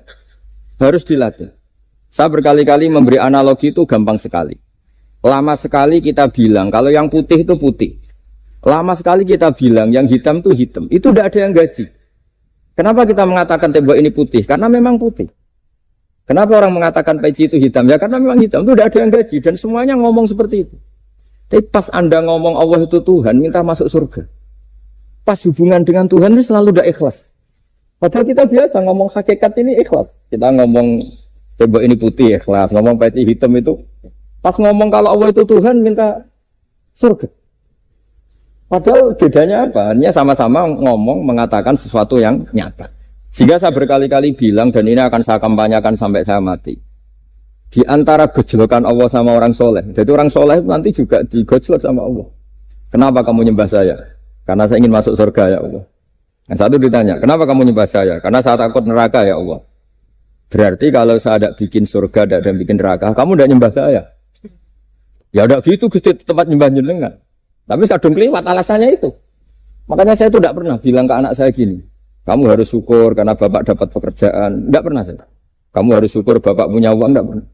Nanti syukurnya nunggu bapak punya uang. Kalau nggak punya uang, nggak bapak, ribet. Maka ini yang bupati, yang pejabat tidak usah syukuran. Syukuran bapak naik pangkat, bapak direktur BUMN. Nanti kalau enggak sudah pensiun, sudah syukurnya hilang. Nah, karena ini kan ngaji sama kiai, ya saya ajarkan khas kiai. Saya sampai sekarang ya tidak nikmati kebesaran nama saya atau apa. Karena tadi memang harus dilatih. Kalau kita bisa mengatakan putih itu ikhlas, tanpa tekanan, tanpa imbalan. Kenapa pas mengatakan Allah Tuhan harus minta surga? Padahal Allah itu tetap Tuhan meskipun tidak menciptakan surga dan nah dari pemahaman seperti ini, para mufassir itu tahu kualitas kalimat fattaquni ya ulil albab. Takutlah kepada saya. Jadi kualitas kata fattaqun naro sama fattaquni itu bagi orang-orang hakikat lebih takut kalimat fattaquni. Kata orang-orang tasawuf neraka itu nanti, itu pun kita tidak mesti masuk. Tapi kalau Allah sekarang pun sudah ada. Jadi kalau cara berpikir orang tasawuf gini. Ini karena Pak Bima mesti gak pernah belajar tasawuf, karena belajarnya nyari uang gitu. Makanya ini tak ajari cari tasawuf. Tadi sudah tak gojlok. Harus ngapalkan Quran katanya. Kalau cara berpikir tasawuf itu gini. Surga dan neraka itu muajalah, itu nanti. Kamu nyembah Allah ingin masuk surga. Takut menghindari maksiat atau takut sehingga tidak maksiat karena takut neraka. Dan surga itu simbol ridhonya. Neraka simbol bencinya, suktunya Allah. Terus kata orang-orang tasawuf cara berpikir, Allah itu sudah ada sekarang. Mulai dulu sampai sekarang Allah sudah ada. Kalau Allah sudah ada, berarti Allah sekarang ya bisa berstatus ridho ke kamu atau berstatus benci ke kamu. Kenapa takutnya nanti? Wong Allahnya sekarang kok takutnya? Ya sekarang juga. Kamu harus amal tuh nakdan. Nakdan tuh cash. Allahnya ada sekarang, ya ibadahnya harus ada sekarang. Makanya kata orang-orang tasawuf, andaikan Allah tidak bikin surga atau neraka, ya saya tetap nyembah karena surga itu simbol ridhonya. Bahwa surga itu nyata ada, ya nyata ada. Dengan segala fasilitasnya itu nyata. Tapi bahwa surga itu tetap kamu masuk surga karena cari ridhonya Allah. Kalau Allahnya sudah ada, berarti ridhonya sekarang sudah ada. Harus kamu cari sekarang, jangan nanti. Sehingga kadang-kadang orang yang ingin masuk surga itu ya kelasnya kelas amatir. Masyhur itu. Ada seorang wali masuk surga ketemu Allah ditanya. Karena wali ini biasa mensafaati murid-muridnya. Ya Allah, kenapa murid-murid saya tidak kelihatan sowan jenengan? Murid-murid kamu ingin masuk surga karena ingin makan enak, punya bidadari cantik-cantik itu di sana. Tapi mereka lupa saya. Jadi akhirnya di surga tapi nggak ketemu Tuhan. Karena inginnya ya sudah trauma punya istri jelek, cerewet. Banyak loh orang yang masuk surga itu yang agak kacau. Enak sudah surga, nanti di sana nggak usah sholat, nggak usah puasa. Jadi sholat yang sekarang udah gak problem. Jadi banyak itu orang-orang Islam yang Islamnya mungkin imannya amatiran. Wah enak masuk surga, nggak ada subuh lagi, nggak ada puasa lagi, bebas. Itu kan kurang ajar betul. Jadi ibadah itu dianggap problem. Bandingkan di cerita dunia wali itu ada wali bertanya gini, ya Allah apa di surga itu ada sholat? Ditanya sama Allah, kenapa kamu tanya gitu? Kalau tidak ada sholat mendingan saya ada di surga. Dia tidak bisa membayangkan ada kenikmatan di atas sholat. Nah kalau jenengan kan nggak bisa membayangkan kalau di surga masih disuruh sholat. Sampai sekarang aja kita tahu berhentinya sholat itu kapan. Kalau sampean tanya gitu, kalau ingin berhenti sholat nggak wajib, majnun. Jadi orang gila langsung nggak wajib. Jadi artinya harus dilatih ilmu-ilmu tasawuf seperti ini supaya hidup itu nyaman. Hidup itu nyaman. Dulu Pak Imam ini ada Pak PJ Rembang. Itu dulu ada seorang raja. Didatangi ulama. Gimana cara saya tidak nikmati jadi seorang raja? Ulama itu nasihatinya gampang. Dia omongin gini Pak Arjun. Pak Raja kalau kamu di Sahara, di padang Sahara, kemudian Anda kehausan. Kalau tidak minum 1 gelas air Anda mati. Apakah? Terus kemudian yang punya air bilang gini. Kamu tak kasih air, tapi syaratnya kerajaannya kasihkan saya. Kamu kasihkan apa milih mati? Wah ya milih dikasih air. Mendingan enggak jadi raja tapi hidup. Terus la tafrah bimulkin la yusawi ka'samain. Kamu jangan bangga dengan satu kekuasaan, dengan satu kerajaan yang nilainya sama dengan segelas air. Akhirnya dia jadi raja yang soleh karena ternyata apa? La yusawi ka'samain, tidak sama. Atau ya nilainya itu masih kita-kita yang rakyat yang tidak jabat, misalnya masyarakat, itu ya harus berpikir gitu. Orang tidak jadi bupati tetap hidup, nggak jadi pegawai BUMN tetap hidup. Tapi kalau nggak minum air itu mati. Dan rata-rata rakyat itu bisa minum air. Artinya apa? Kita dan mereka itu sama-sama punya nikmat yang pokok, yaitu sadur rumpi, nikmat yang bisa mempertahankan kehidupan. Jadi nikmat selain itu tidak pokok. Sehingga orang itu bisa jadi wali. Jadi ini resep jadi wali. Jadi wali itu tidak harus tirakat, dalail, terus gak pernah makan nasi itu enggak. Itu keberatan. Jelas sebagai BUMN enggak mau itu. Mesti enggak mau itu. Mesti enggak mau. Ya enggak mau, ya enggak bakat. Jadi sudah pasti enggak mau. Karena ini saya tahu banyak tentang beliau. Pak Aryo itu bin selamat. Dulu abahnya itu ditobatkan Gusmi. Dingertikan agama oleh Gusmi. Karena beliau ingin tetap mencintai kiai, korbannya saya karena Gus Mek meninggal, terus mahabbahnya diarahkan ke saya. Tapi saya berdoa supaya diarahkan ke banyak kiai lah, supaya saya tidak jadi objek sasaran. Nanti juga repot ini. Saya itu sering disewani orang dari Kalimantan, Sulawesi, saya ingin idolakan jenengan, saya ingin dekat dengan jangan.